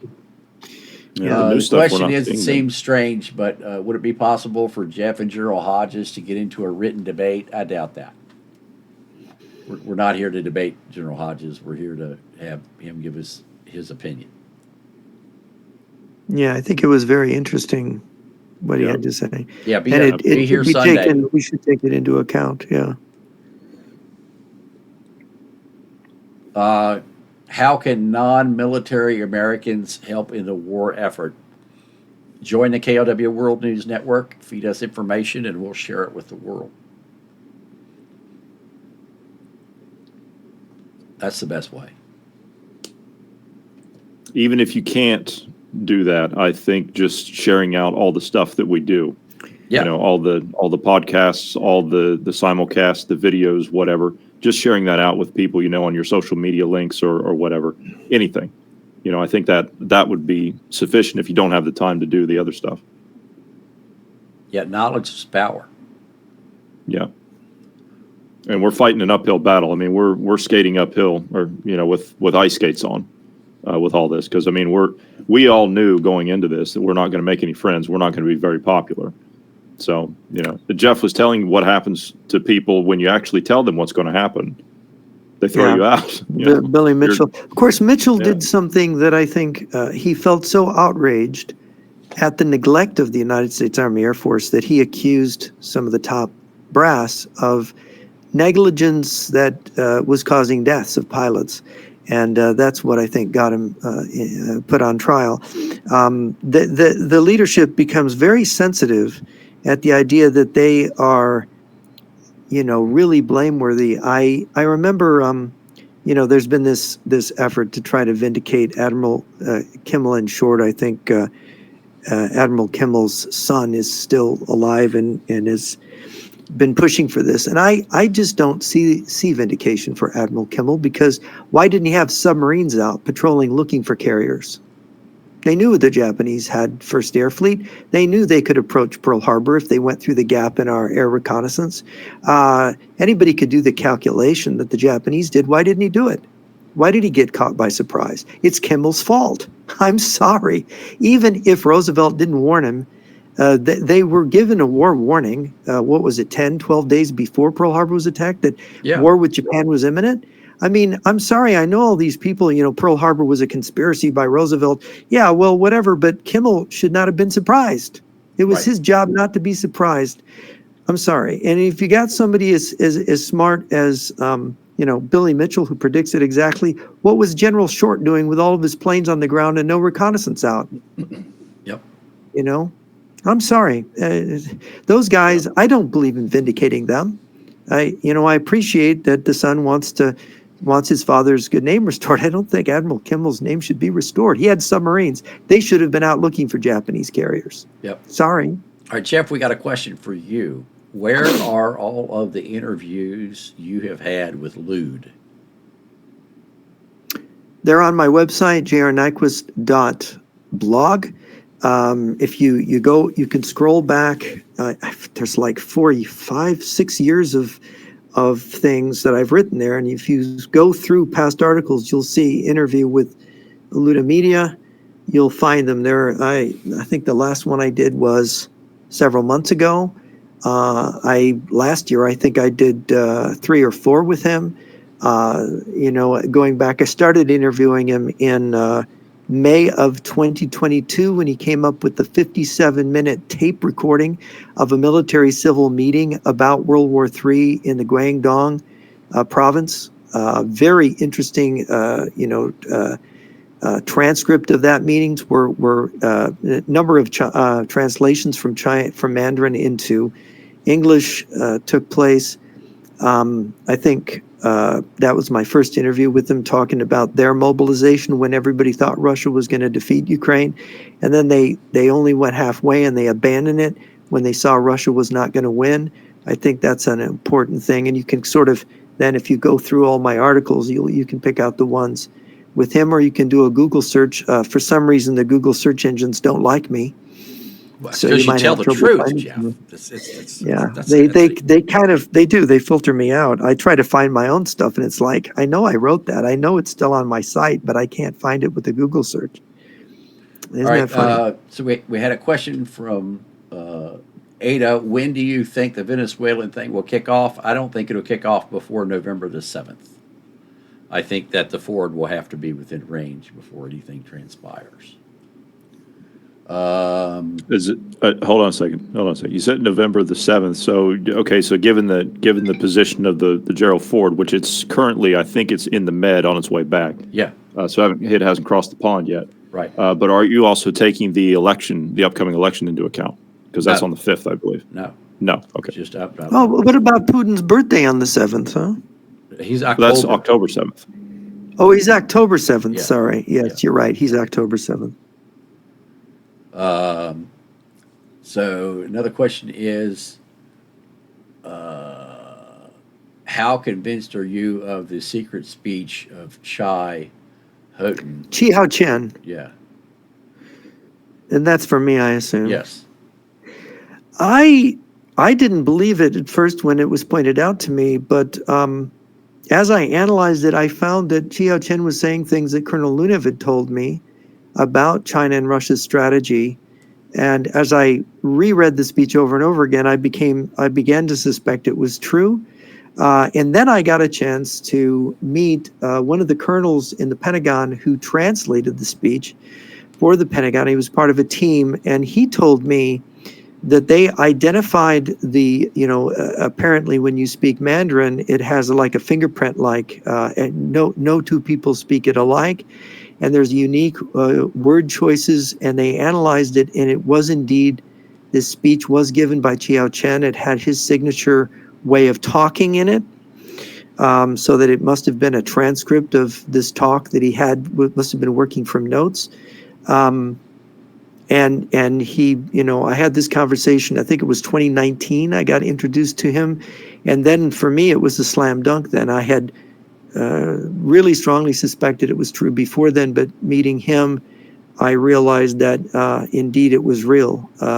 And of course, I don't know, these were the colonels that translated it. I don't know that our political authorities, the president, the White House, the top generals would credit it if it was like politically, we need to trade with China and that this can't be true. And the Chinese are just, this is just talk.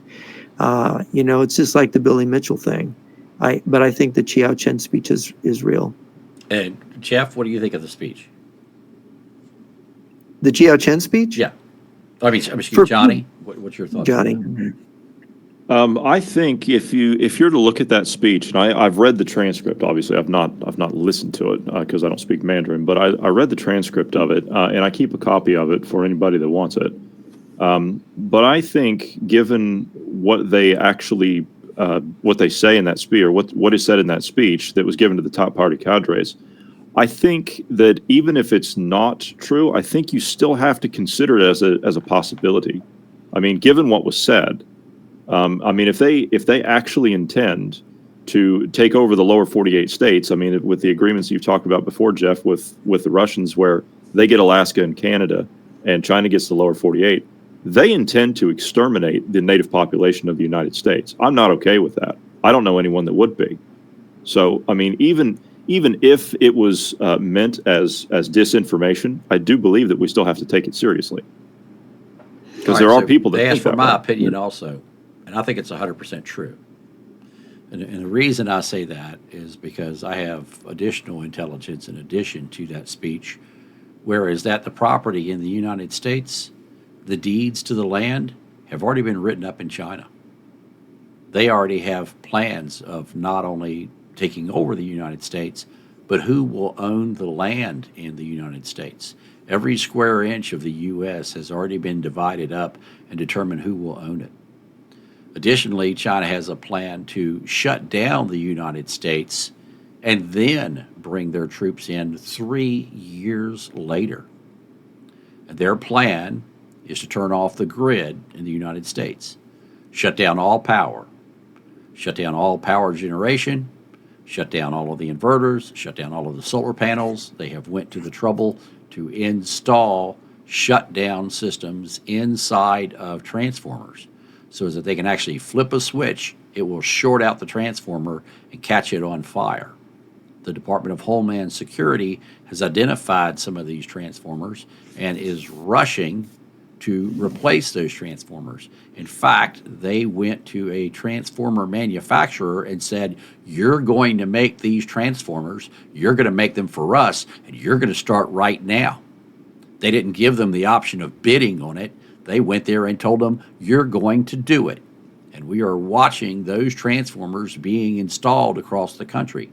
Additionally, we have the problem of the fact that the Chinese have already infiltrated into the SCADA system that controls the U.S. grid, which means that they can short things out, cut things off, and make an imbalance in the U.S. grid so as that it trips itself. And bringing the grid back online is not an easy thing to do.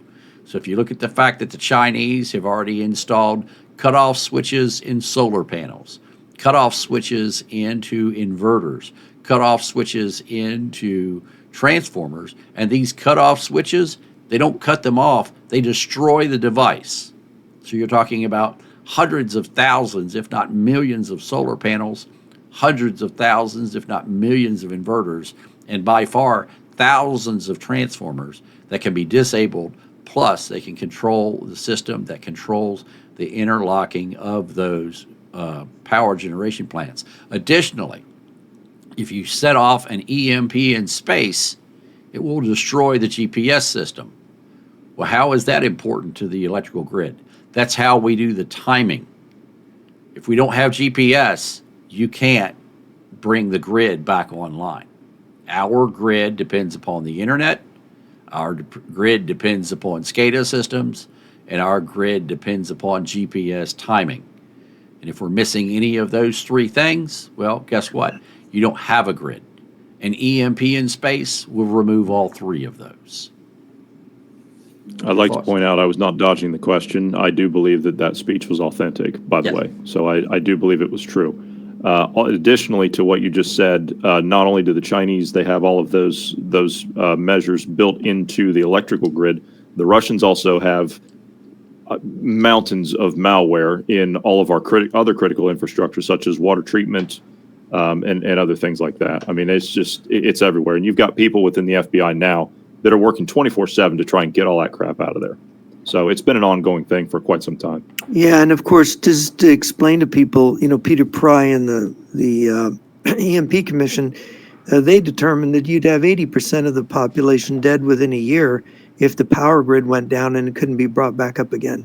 So you talk about the Chinese invading 3 years after that, they're waiting for us to die off just by the fact that if you don't have electricity, the first thing that's going to happen is some people are going to die of thirst because without electric pumps, they can't get water out of the ground, drinking water.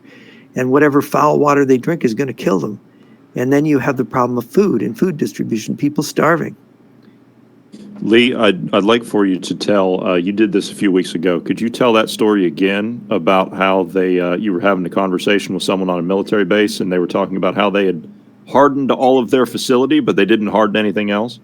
Yeah, I could do that. So no one was going to show up to work? One point before that, and that is that Jeff's number of 80% in 3 years, that's a whole lot better number than what the Department of Homeland Security put out, because the Department of Homeland Security said that 90% of the population would be dead in 90 days. And that's their latest calculation. And I know that because some of the senior people on red teams at Department of Homeland Security are actually on the KLW World News Network. And I didn't want to say it while the general was on here, but NATO didn't even know about some of the sites that we made them aware of, because I gave those sites to senior officials at NATO. They had no idea that those sites were even there. So, and when I asked why they didn't know that the sites were there, the senior official said, we're a defensive organization. It's not our responsibility to do all of this intel. So but I was shocked when he told me that. As far as the conversation with the senior official, I was asked, I was part of the nuclear task force for the EMP Commission. And one of the briefings that I had to do was here in San Antonio. And I had a colonel that I was briefing. And the colonel said, oh, yeah, we're hardening things here on the military base so as that we can survive an EMP. And I'm like, well, what do you mean, sir? How are you hardening things here on the base? Oh, well, we've got a hardened grid between the power generation facility and our base, so as that they can continue to make power at the generation facility and send that power to the base, so as that after an EMP, we can survive and we can operate because our base will be up. And I'm like, sir, I don't think you're understanding what an EMP would do. He says, what do you mean? We're going to have power. I said, well, who's going to get here? I said, it doesn't matter if the power generation plant is still capable of making power and delivering it to you. Nobody's alarm clock is going to go off at 5 o'clock in the morning to wake them up to tell them to come to work, because nobody else is going to have power. I said, in addition to that, nobody's car is going to start.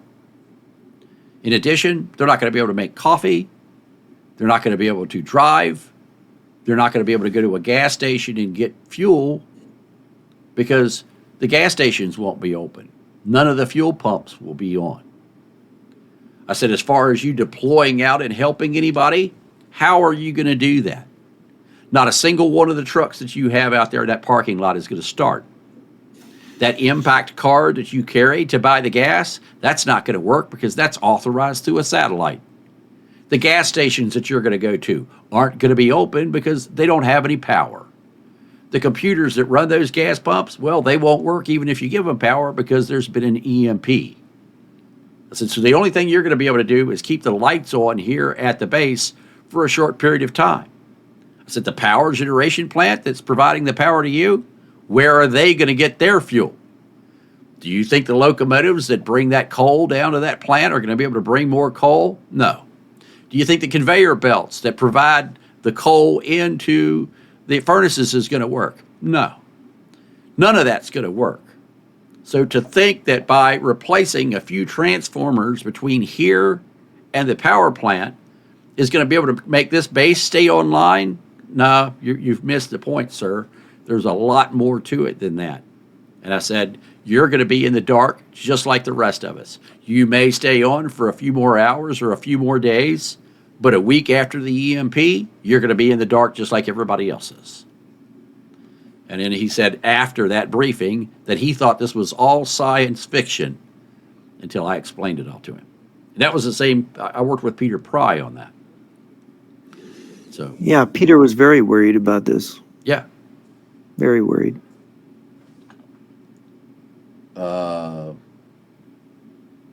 Let's see here. Let me check questions.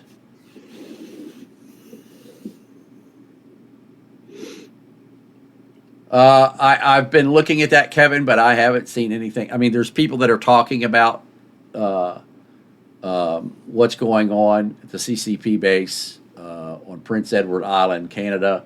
I haven't done a lot of research into it, but there's other people who are talking about it too. We'll look into it. Yes, there are commercially available solar panels and batteries without Chinese components. In fact, one of our members posted that on the network the other day. That's another great reason to be on the KLW World News Network. Just go to another shameless plug. Go to klwworldnews.com and get signed up. The great part about being on the KLW World News Network is the fact that these two gentlemen you see on your screen right there, along with this guy, well, we're all on the KLW World News Network as well. And you guys have been on it now for a week. What's your thoughts? Or 2 weeks? What do you guys think of the network as far as the communications capabilities? The capabilities are good. I think it's I like the push to talk feature because I mean it reminds me of Nextel from many years ago. I mean when I was in the States, Nextel was how we got things done, and unfortunately Nextel went away and push to talk really never got outside of the realm of I guess just business stuff. So I mean it's good to have that feature back, and you and I can the three of us can communicate at an instant now without having to worry about the rest of it. Jeff? You've tried it a couple times. Yeah, it's good three-way communication. If some emergency happens, we can be informed immediately. Yep, instantaneous notification. So folks, go to klwworldnews.com, get signed up there, VIP, Platinum, or Gold. Also, we're having a class this Sunday at 3 p.m. Central. We're doing radio communications. I've got the radio right here. This is the KLW World News HFGCS system. It allows us to talk around the world even after an EMP. We are the only news information organization in the world that has this. The only other people that have this is NATO and the U.S. military. So other questions here.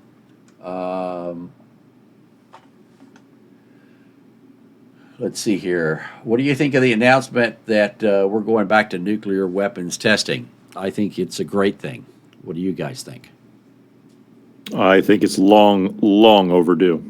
Yes, we need to do it. We need to get our nuclear arsenal, make sure that it works. Because if they cut our power off, we should just nuke them. Yeah. I would You're agree. gonna kill 90% of us by turning our power off. We're just gonna haul off and exterminate you. Well, I don't think that Trump is going to be able to denuclearize Russia and China. That's insane. Yeah. It can't happen. No. That's The only insane. way, there these ideas of peace and we're going to avoid nuclear war. Let's get used to the idea that human beings are bad and they're going to use their weapons. I think it's essential on that point. It's essential for people to understand, and Jeff, you can corroborate this. If you go back and you read the Soviet literature that you were talking about, like Sokolovsky and Skurdu and what's the other one? Sidorenko. Yeah. If you read these and you understand about their way of doing things, nuclear war to the Russians is a tactic. We look at it as the end of the world, mutually assured destruction, and all the rest of it. The Russians look at it as a tactic, and it is a winnable tactic, as you were explaining earlier. It's added into the combined armies and the way that they do fighting. I mean, if you go through and you read even some of these books after Sokolovsky, if you read the book Soviet Military Strategy in Europe by Joe Douglas, if you read that book, I think it's available in a PDF form online. You can get it for free. I think we've made that available on the Internet Archive for people. If you read that and you read about how and it just sounds so crazy to someone with a Western mind. If you read about how these nuclear weapons are used, these tactical nuclear weapons are used on the battlefield, and they're detonated to blast holes in the enemy's defenses, and then the Russian soldiers are to move through that radiation. This is what they're expected to do. Yeah. So we don't even have the right mind to be able to comprehend such things, because we would not do this. This is the fundamental difference. And what General Hodges was talking about is, and he's absolutely right, is he's made the mistake several times, and so have I, and I'm sure others have too, is the mistake that we make of mirror image. Because they look like us, we think that they think like us, and they do not at all. Yeah, it's 1999. I was preparing to give a talk before a group of retired national security officials in Washington with Colonel Stanislav Lunev, and we were meeting beforehand, before our presentations. And I told him, I said, Stan, none of these people believe that nuclear weapons are really meant to be used, that a nuclear weapon sits on the top of its missile in its silo, and it is effective just being that. And he seemed rather surprised. What do you mean that they don't mean that? And I said, because they think the radiation will kill all the whales and the fishies. And he had this disgusted look on his face, like he couldn't understand that we didn't know how effective this weapon is, that some radiation that's going to kill so many animals and plants and cause some new deserts to arise was a problem. He couldn't understand that. And so he was extra tough on them when he told them, look, this is what we trained for in Russia, all arms nuclear world war. And we just don't have the right mindset to understand this. I agree with you. He says, when do you think the invasion will start by Russia? According to Russia, before the end of the year. So we'll see. We know that they've now set up to do calling up troops all year long. So they have the Russian draft not twice a year, but it's now all year, starting January the 1st. So, if you can call up troops 24 hours a day, 7 days a week, 365 days a year, and they've already called up, I think, close to 3 million troops in total, and they've called up troops internationally. So Russian troops who are no longer in Russia and are now in other countries, well, guess what? They're supposed to go back to Russia and fight for the motherland. I should also emphasize this thing that that by making these red lines since the beginning of the war, like if NATO helps Ukraine, we're going to go nuclear, we're going to do this. They have bluffed so many times. Their bluff has been called. They have been repeatedly.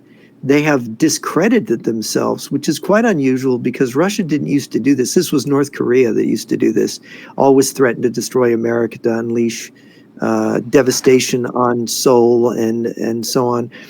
Now the Russians are doing this so that they literally are wearing us out. We don't believe anything they say anymore, but it's very useful because it is allowing them to mobilize and prepare for all-out war in the open, and nobody here believes it because, we've had 27 red lines. They had 27 red lines and we crossed all of them and they didn't attack us.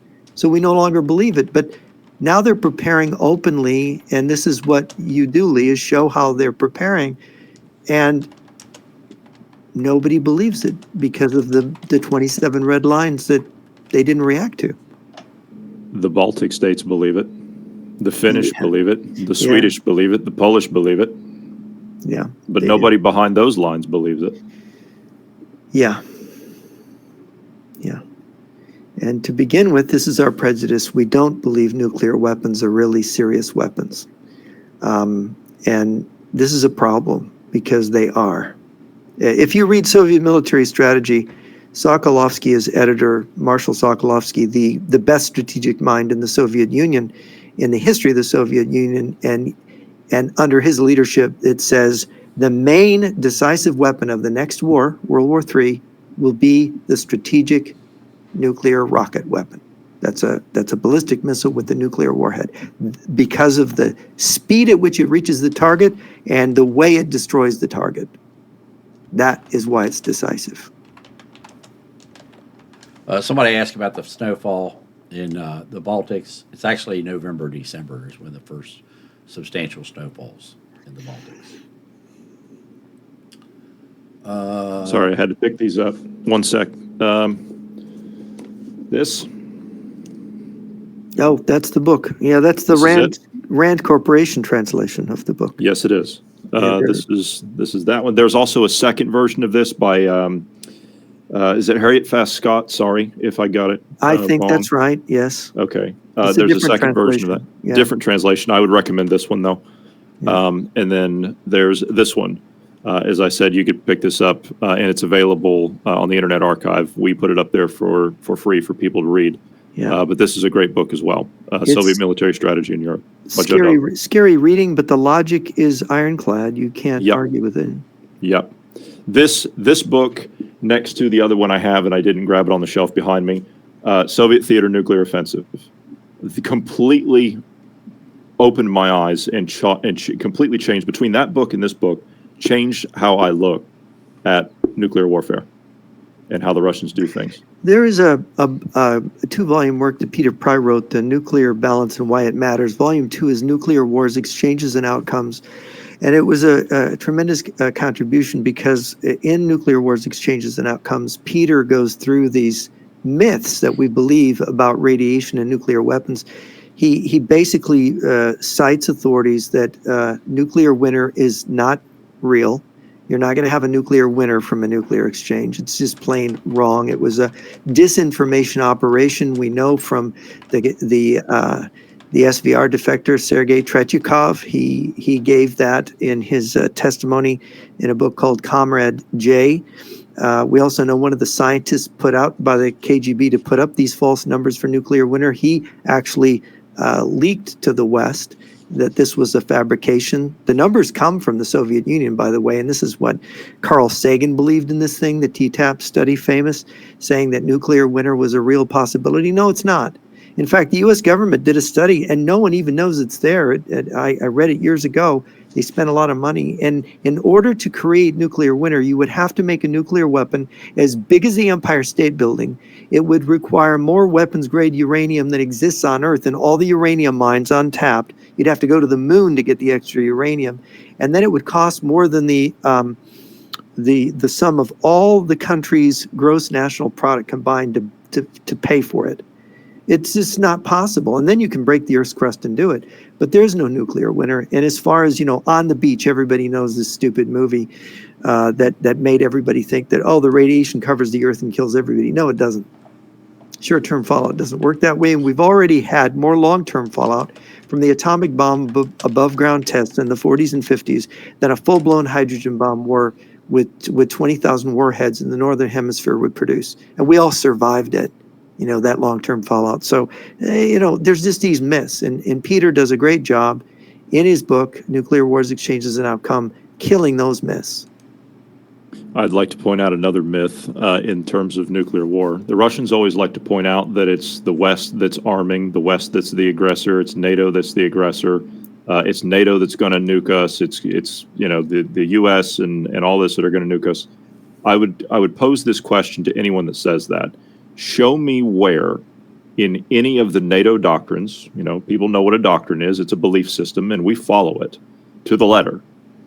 Show me in any NATO doctrine or the United States or any NATO country, show me where it says in any of our literature, in any of our doctrines, in any of our tactics, show me where it says that we base our strategy on a first strike basis. Show me where it says that. We don't. No, sir. We So don't. we've got a question. Do any of you know about the man who now runs the EMP task force after Peter Pry died, constantly pushes Russian propaganda? I haven't been a part of the EMP task force since before Peter Pry died. The last experience I had with the EMP task force was in 2021. Was the last time I was involved. So I haven't been involved. It's been 4 years. I knew the lady that immediately took it over, and I warned her about this guy, these two guys actually that were pro-Russian, that wanted to take it over, and she wanted to quit and let them have it. And I tried to argue her into staying.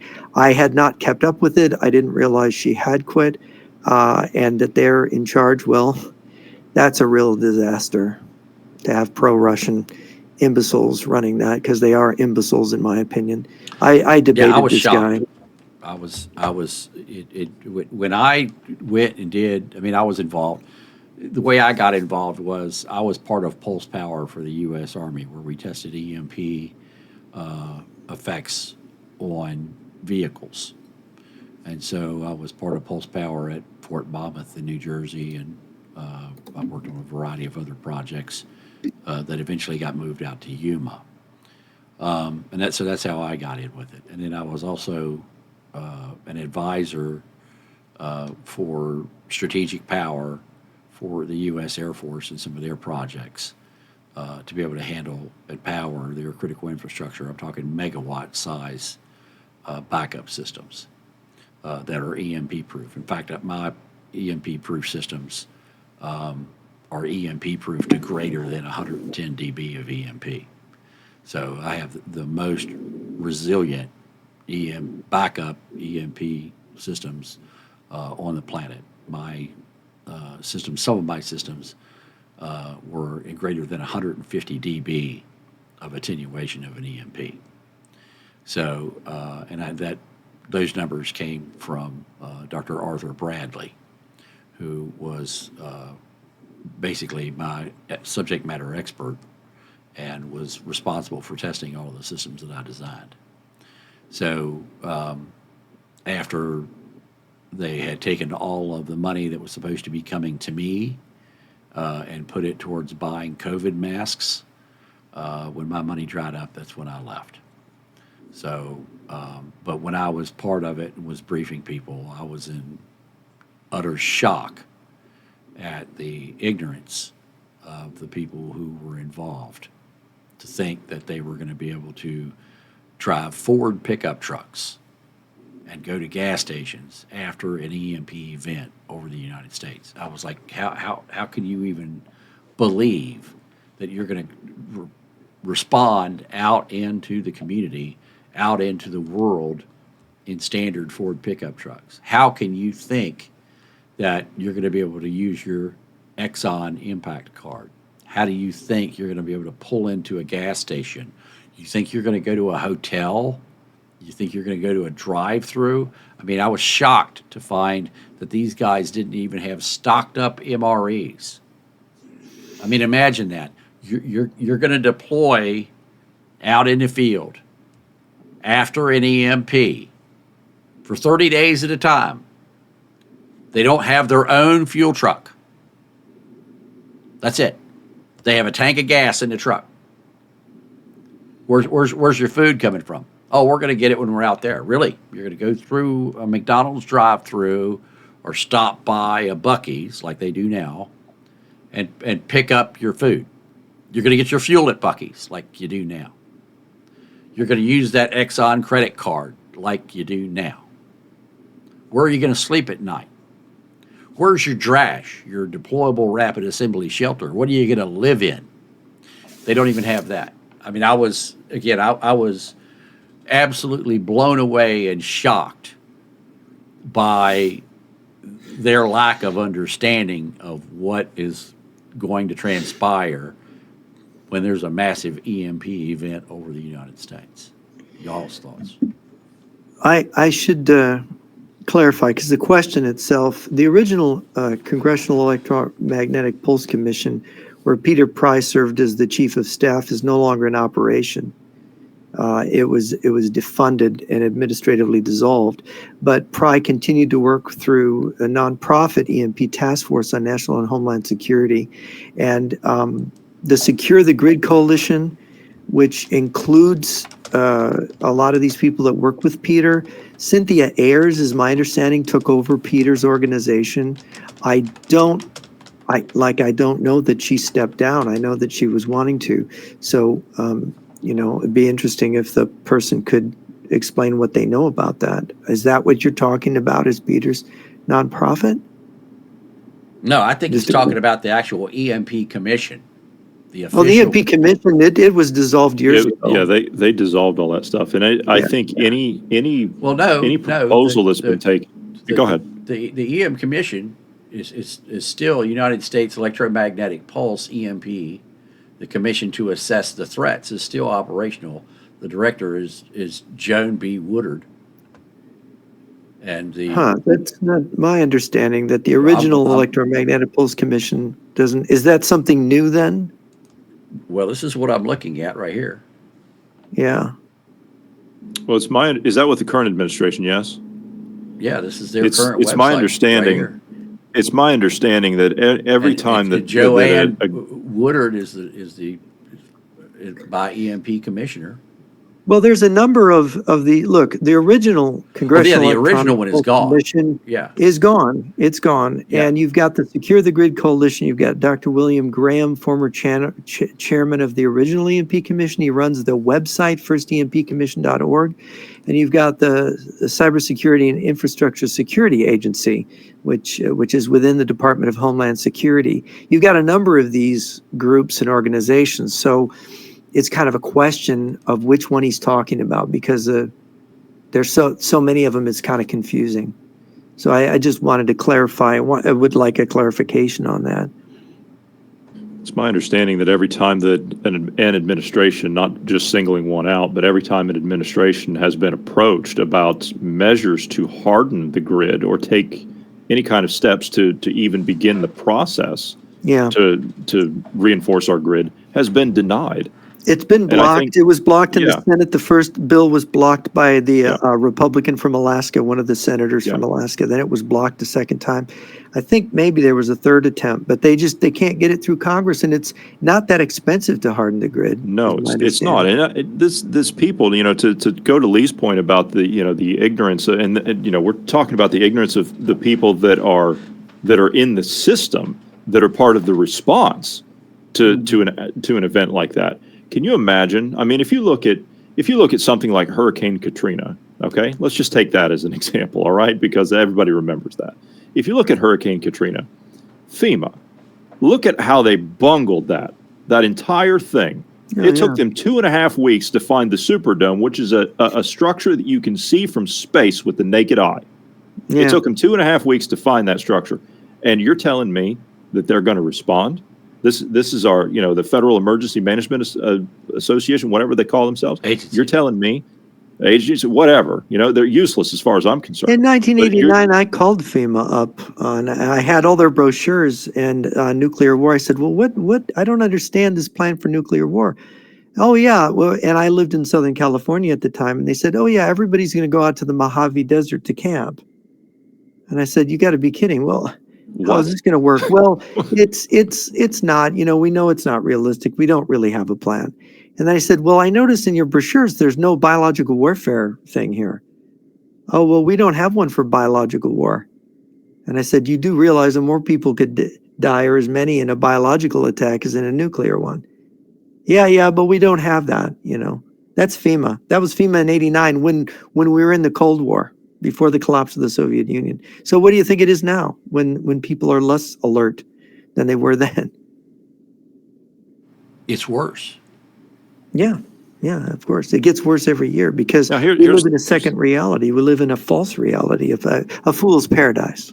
Excuse me. we talk about our. No, you're absolutely right. You talk about our ill preparedness for a grid down scenario. Are the Russians and the Chinese, are they prepared for something like that? More so than we are. Yeah. Oh, yeah. I think that's important to point out to people is they're taking those steps and we're not. And they don't even care about their people as much as we supposedly do. They No, don't mind if we no. lose 10 million people. It don't matter. There were estimates done before a more sophisticated analysis. You go back to 1980 or thereabout, when there was a lot of concern about Russia's nuclear buildup and their supremacy, their strategic nuclear supremacy, or they were zeroing in on it back then before Reagan got elected. And you had estimates that Russia would lose several million to 11 million people, and the U.S. could lose the war by a preemptive nuclear first strike. These were not empty analysis. There were real people with brain power were looking at this back then. They're talking about David Pine, Pyne. Oh, I know David, and I've debated him. I was afraid that David would take over that nonprofit. That is who Cynthia had taken over after Peter's death, and I think she wanted to be done with it. But David is the quintessential Russian propagandist. He joined at one point. I think he got kicked out of the Committee on the Present Danger China. He was on there, and I would debate him on their little Signal account in front of people. And he was promoting abandoning Europe, abandoning Ukraine, and then finally he got so bold as, well, we need to abandon Taiwan too. At which time he was taken to task by the leaders of the Center Committee on the Present Danger China. When he throws Taiwan in there, then they booted him, huh? Well, they had a talking to him, but he was not deterrable. He would constantly chip away with this pro-Russian propaganda, and I debated him till I said, hey, he's not worth my time anymore, But what I heard was that he and a friend, they wanted to take over Peter's organization, and I knew Cynthia had taken it over. I talked to her about him, but yeah, no, he's incorrigible. I mean, I just can't, and he was claimed, at least, and maybe he was, to be the advisor to Ramaswamy, the Republican presidential candidate, that this was the advice he was giving to Ramaswamy, which is just scary to think that he could be Ramaswamy's, national security advisor if that guy ever fulfilled his presidential aspirations. But, David Pine is a hazard, as far as I'm concerned, in my opinion, in his geopolitical views. You can lump him together with, of course, people like Douglas McGregor and Scott Ritter and Tucker Carlson, people who completely discredit themselves every day, but nonetheless believed by millions and millions of people. For what reason, I can't understand. Come on, really? After seeing there's this, Larry, my friend Larry Johnson. yeah, He's sitting there next to oh no, Steven Seagal and Steven Scott Ritter. Seagal They're and all in Scott Moscow. Ritter. yeah, the They're Russian on show. Moscow the other night having cigars. Yeah. Yeah, Larry. I had violent argument with Larry on the phone years ago over Russia. Put that back up. I didn't have you full screen there, Joe. He was pro-Russian. Hang on, then, I'll put it up. I'll send. Yeah, hang on. No, these people, and of course they go to Russia, they get the nice cigars, they get the nice liquor, the Russians just to give you the time of your life. They'll tell you that they're going to give you the time of your life, and you be their friend, and they're going to treat you right, There you go. There you go. Yeah. So we've got Scott Ritter. we've got a two-time convicted pedophile, Scott I Ritter. think he's just one time convicted. I think they let him off the first time. Nope, he's convicted twice. He's two? I've got the court records. Oh, Okay? wow. Yeah, I've done numerous newscasts about this guy. A convicted pedophile. Yeah, two-time convicted pedophile. And then here we have an accused rapist who left the United States because he had a pretty good idea he was going to get convicted of rape. And then this guy, which you guys are going to have to tell me about. Yeah, I know. Larry That's Larry Johnson Johnson. writes for Gateway Pundit, and he's very pro-Russian. He's former CIA, of course, and he's got the kind of thinking that goes with it, unfortunately. And he's friends with General Flynn's brother, I think, if I remember right. And it's a real shame that these people actually can be brought into line. But of course, the guys on the left and the right, they may have something that they really like to do that the Russians can help them with, Maybe. You think? Wow. Maybe. You guys need to read this. This was just sent to me by one of our members. China is building bunkers that allow them to fire missiles from inside of the bunkers. Nice. The links What about kind of this- missiles? Oops. I haven't read it yet, but let me copy it here for you.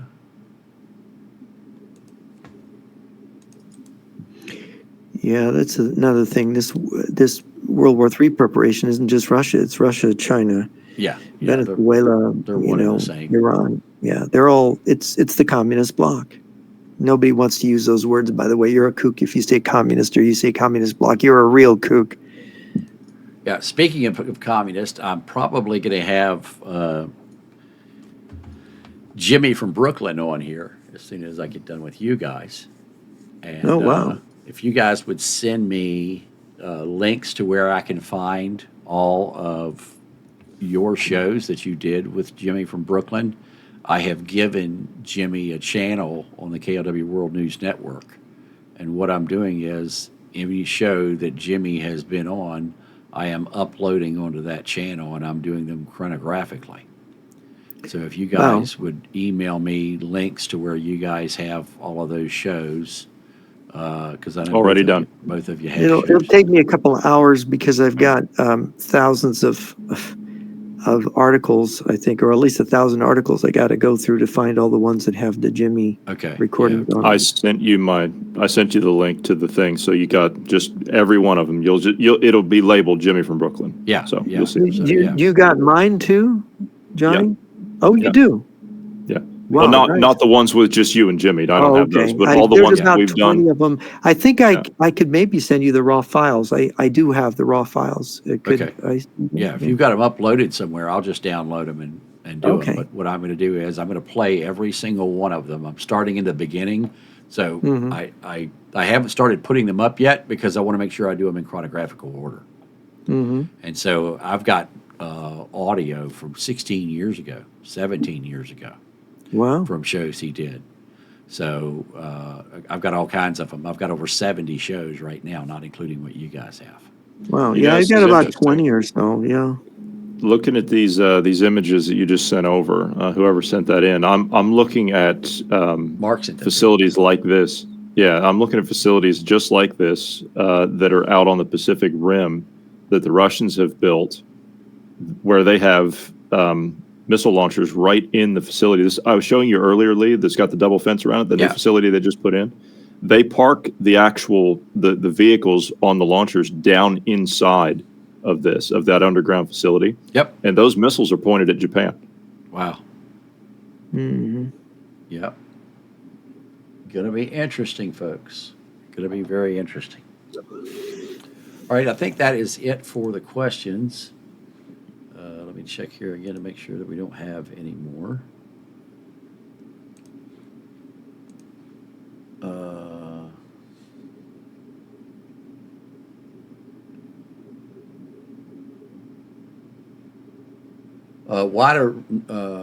Why does Russia have nukes in Cuba? Because they can.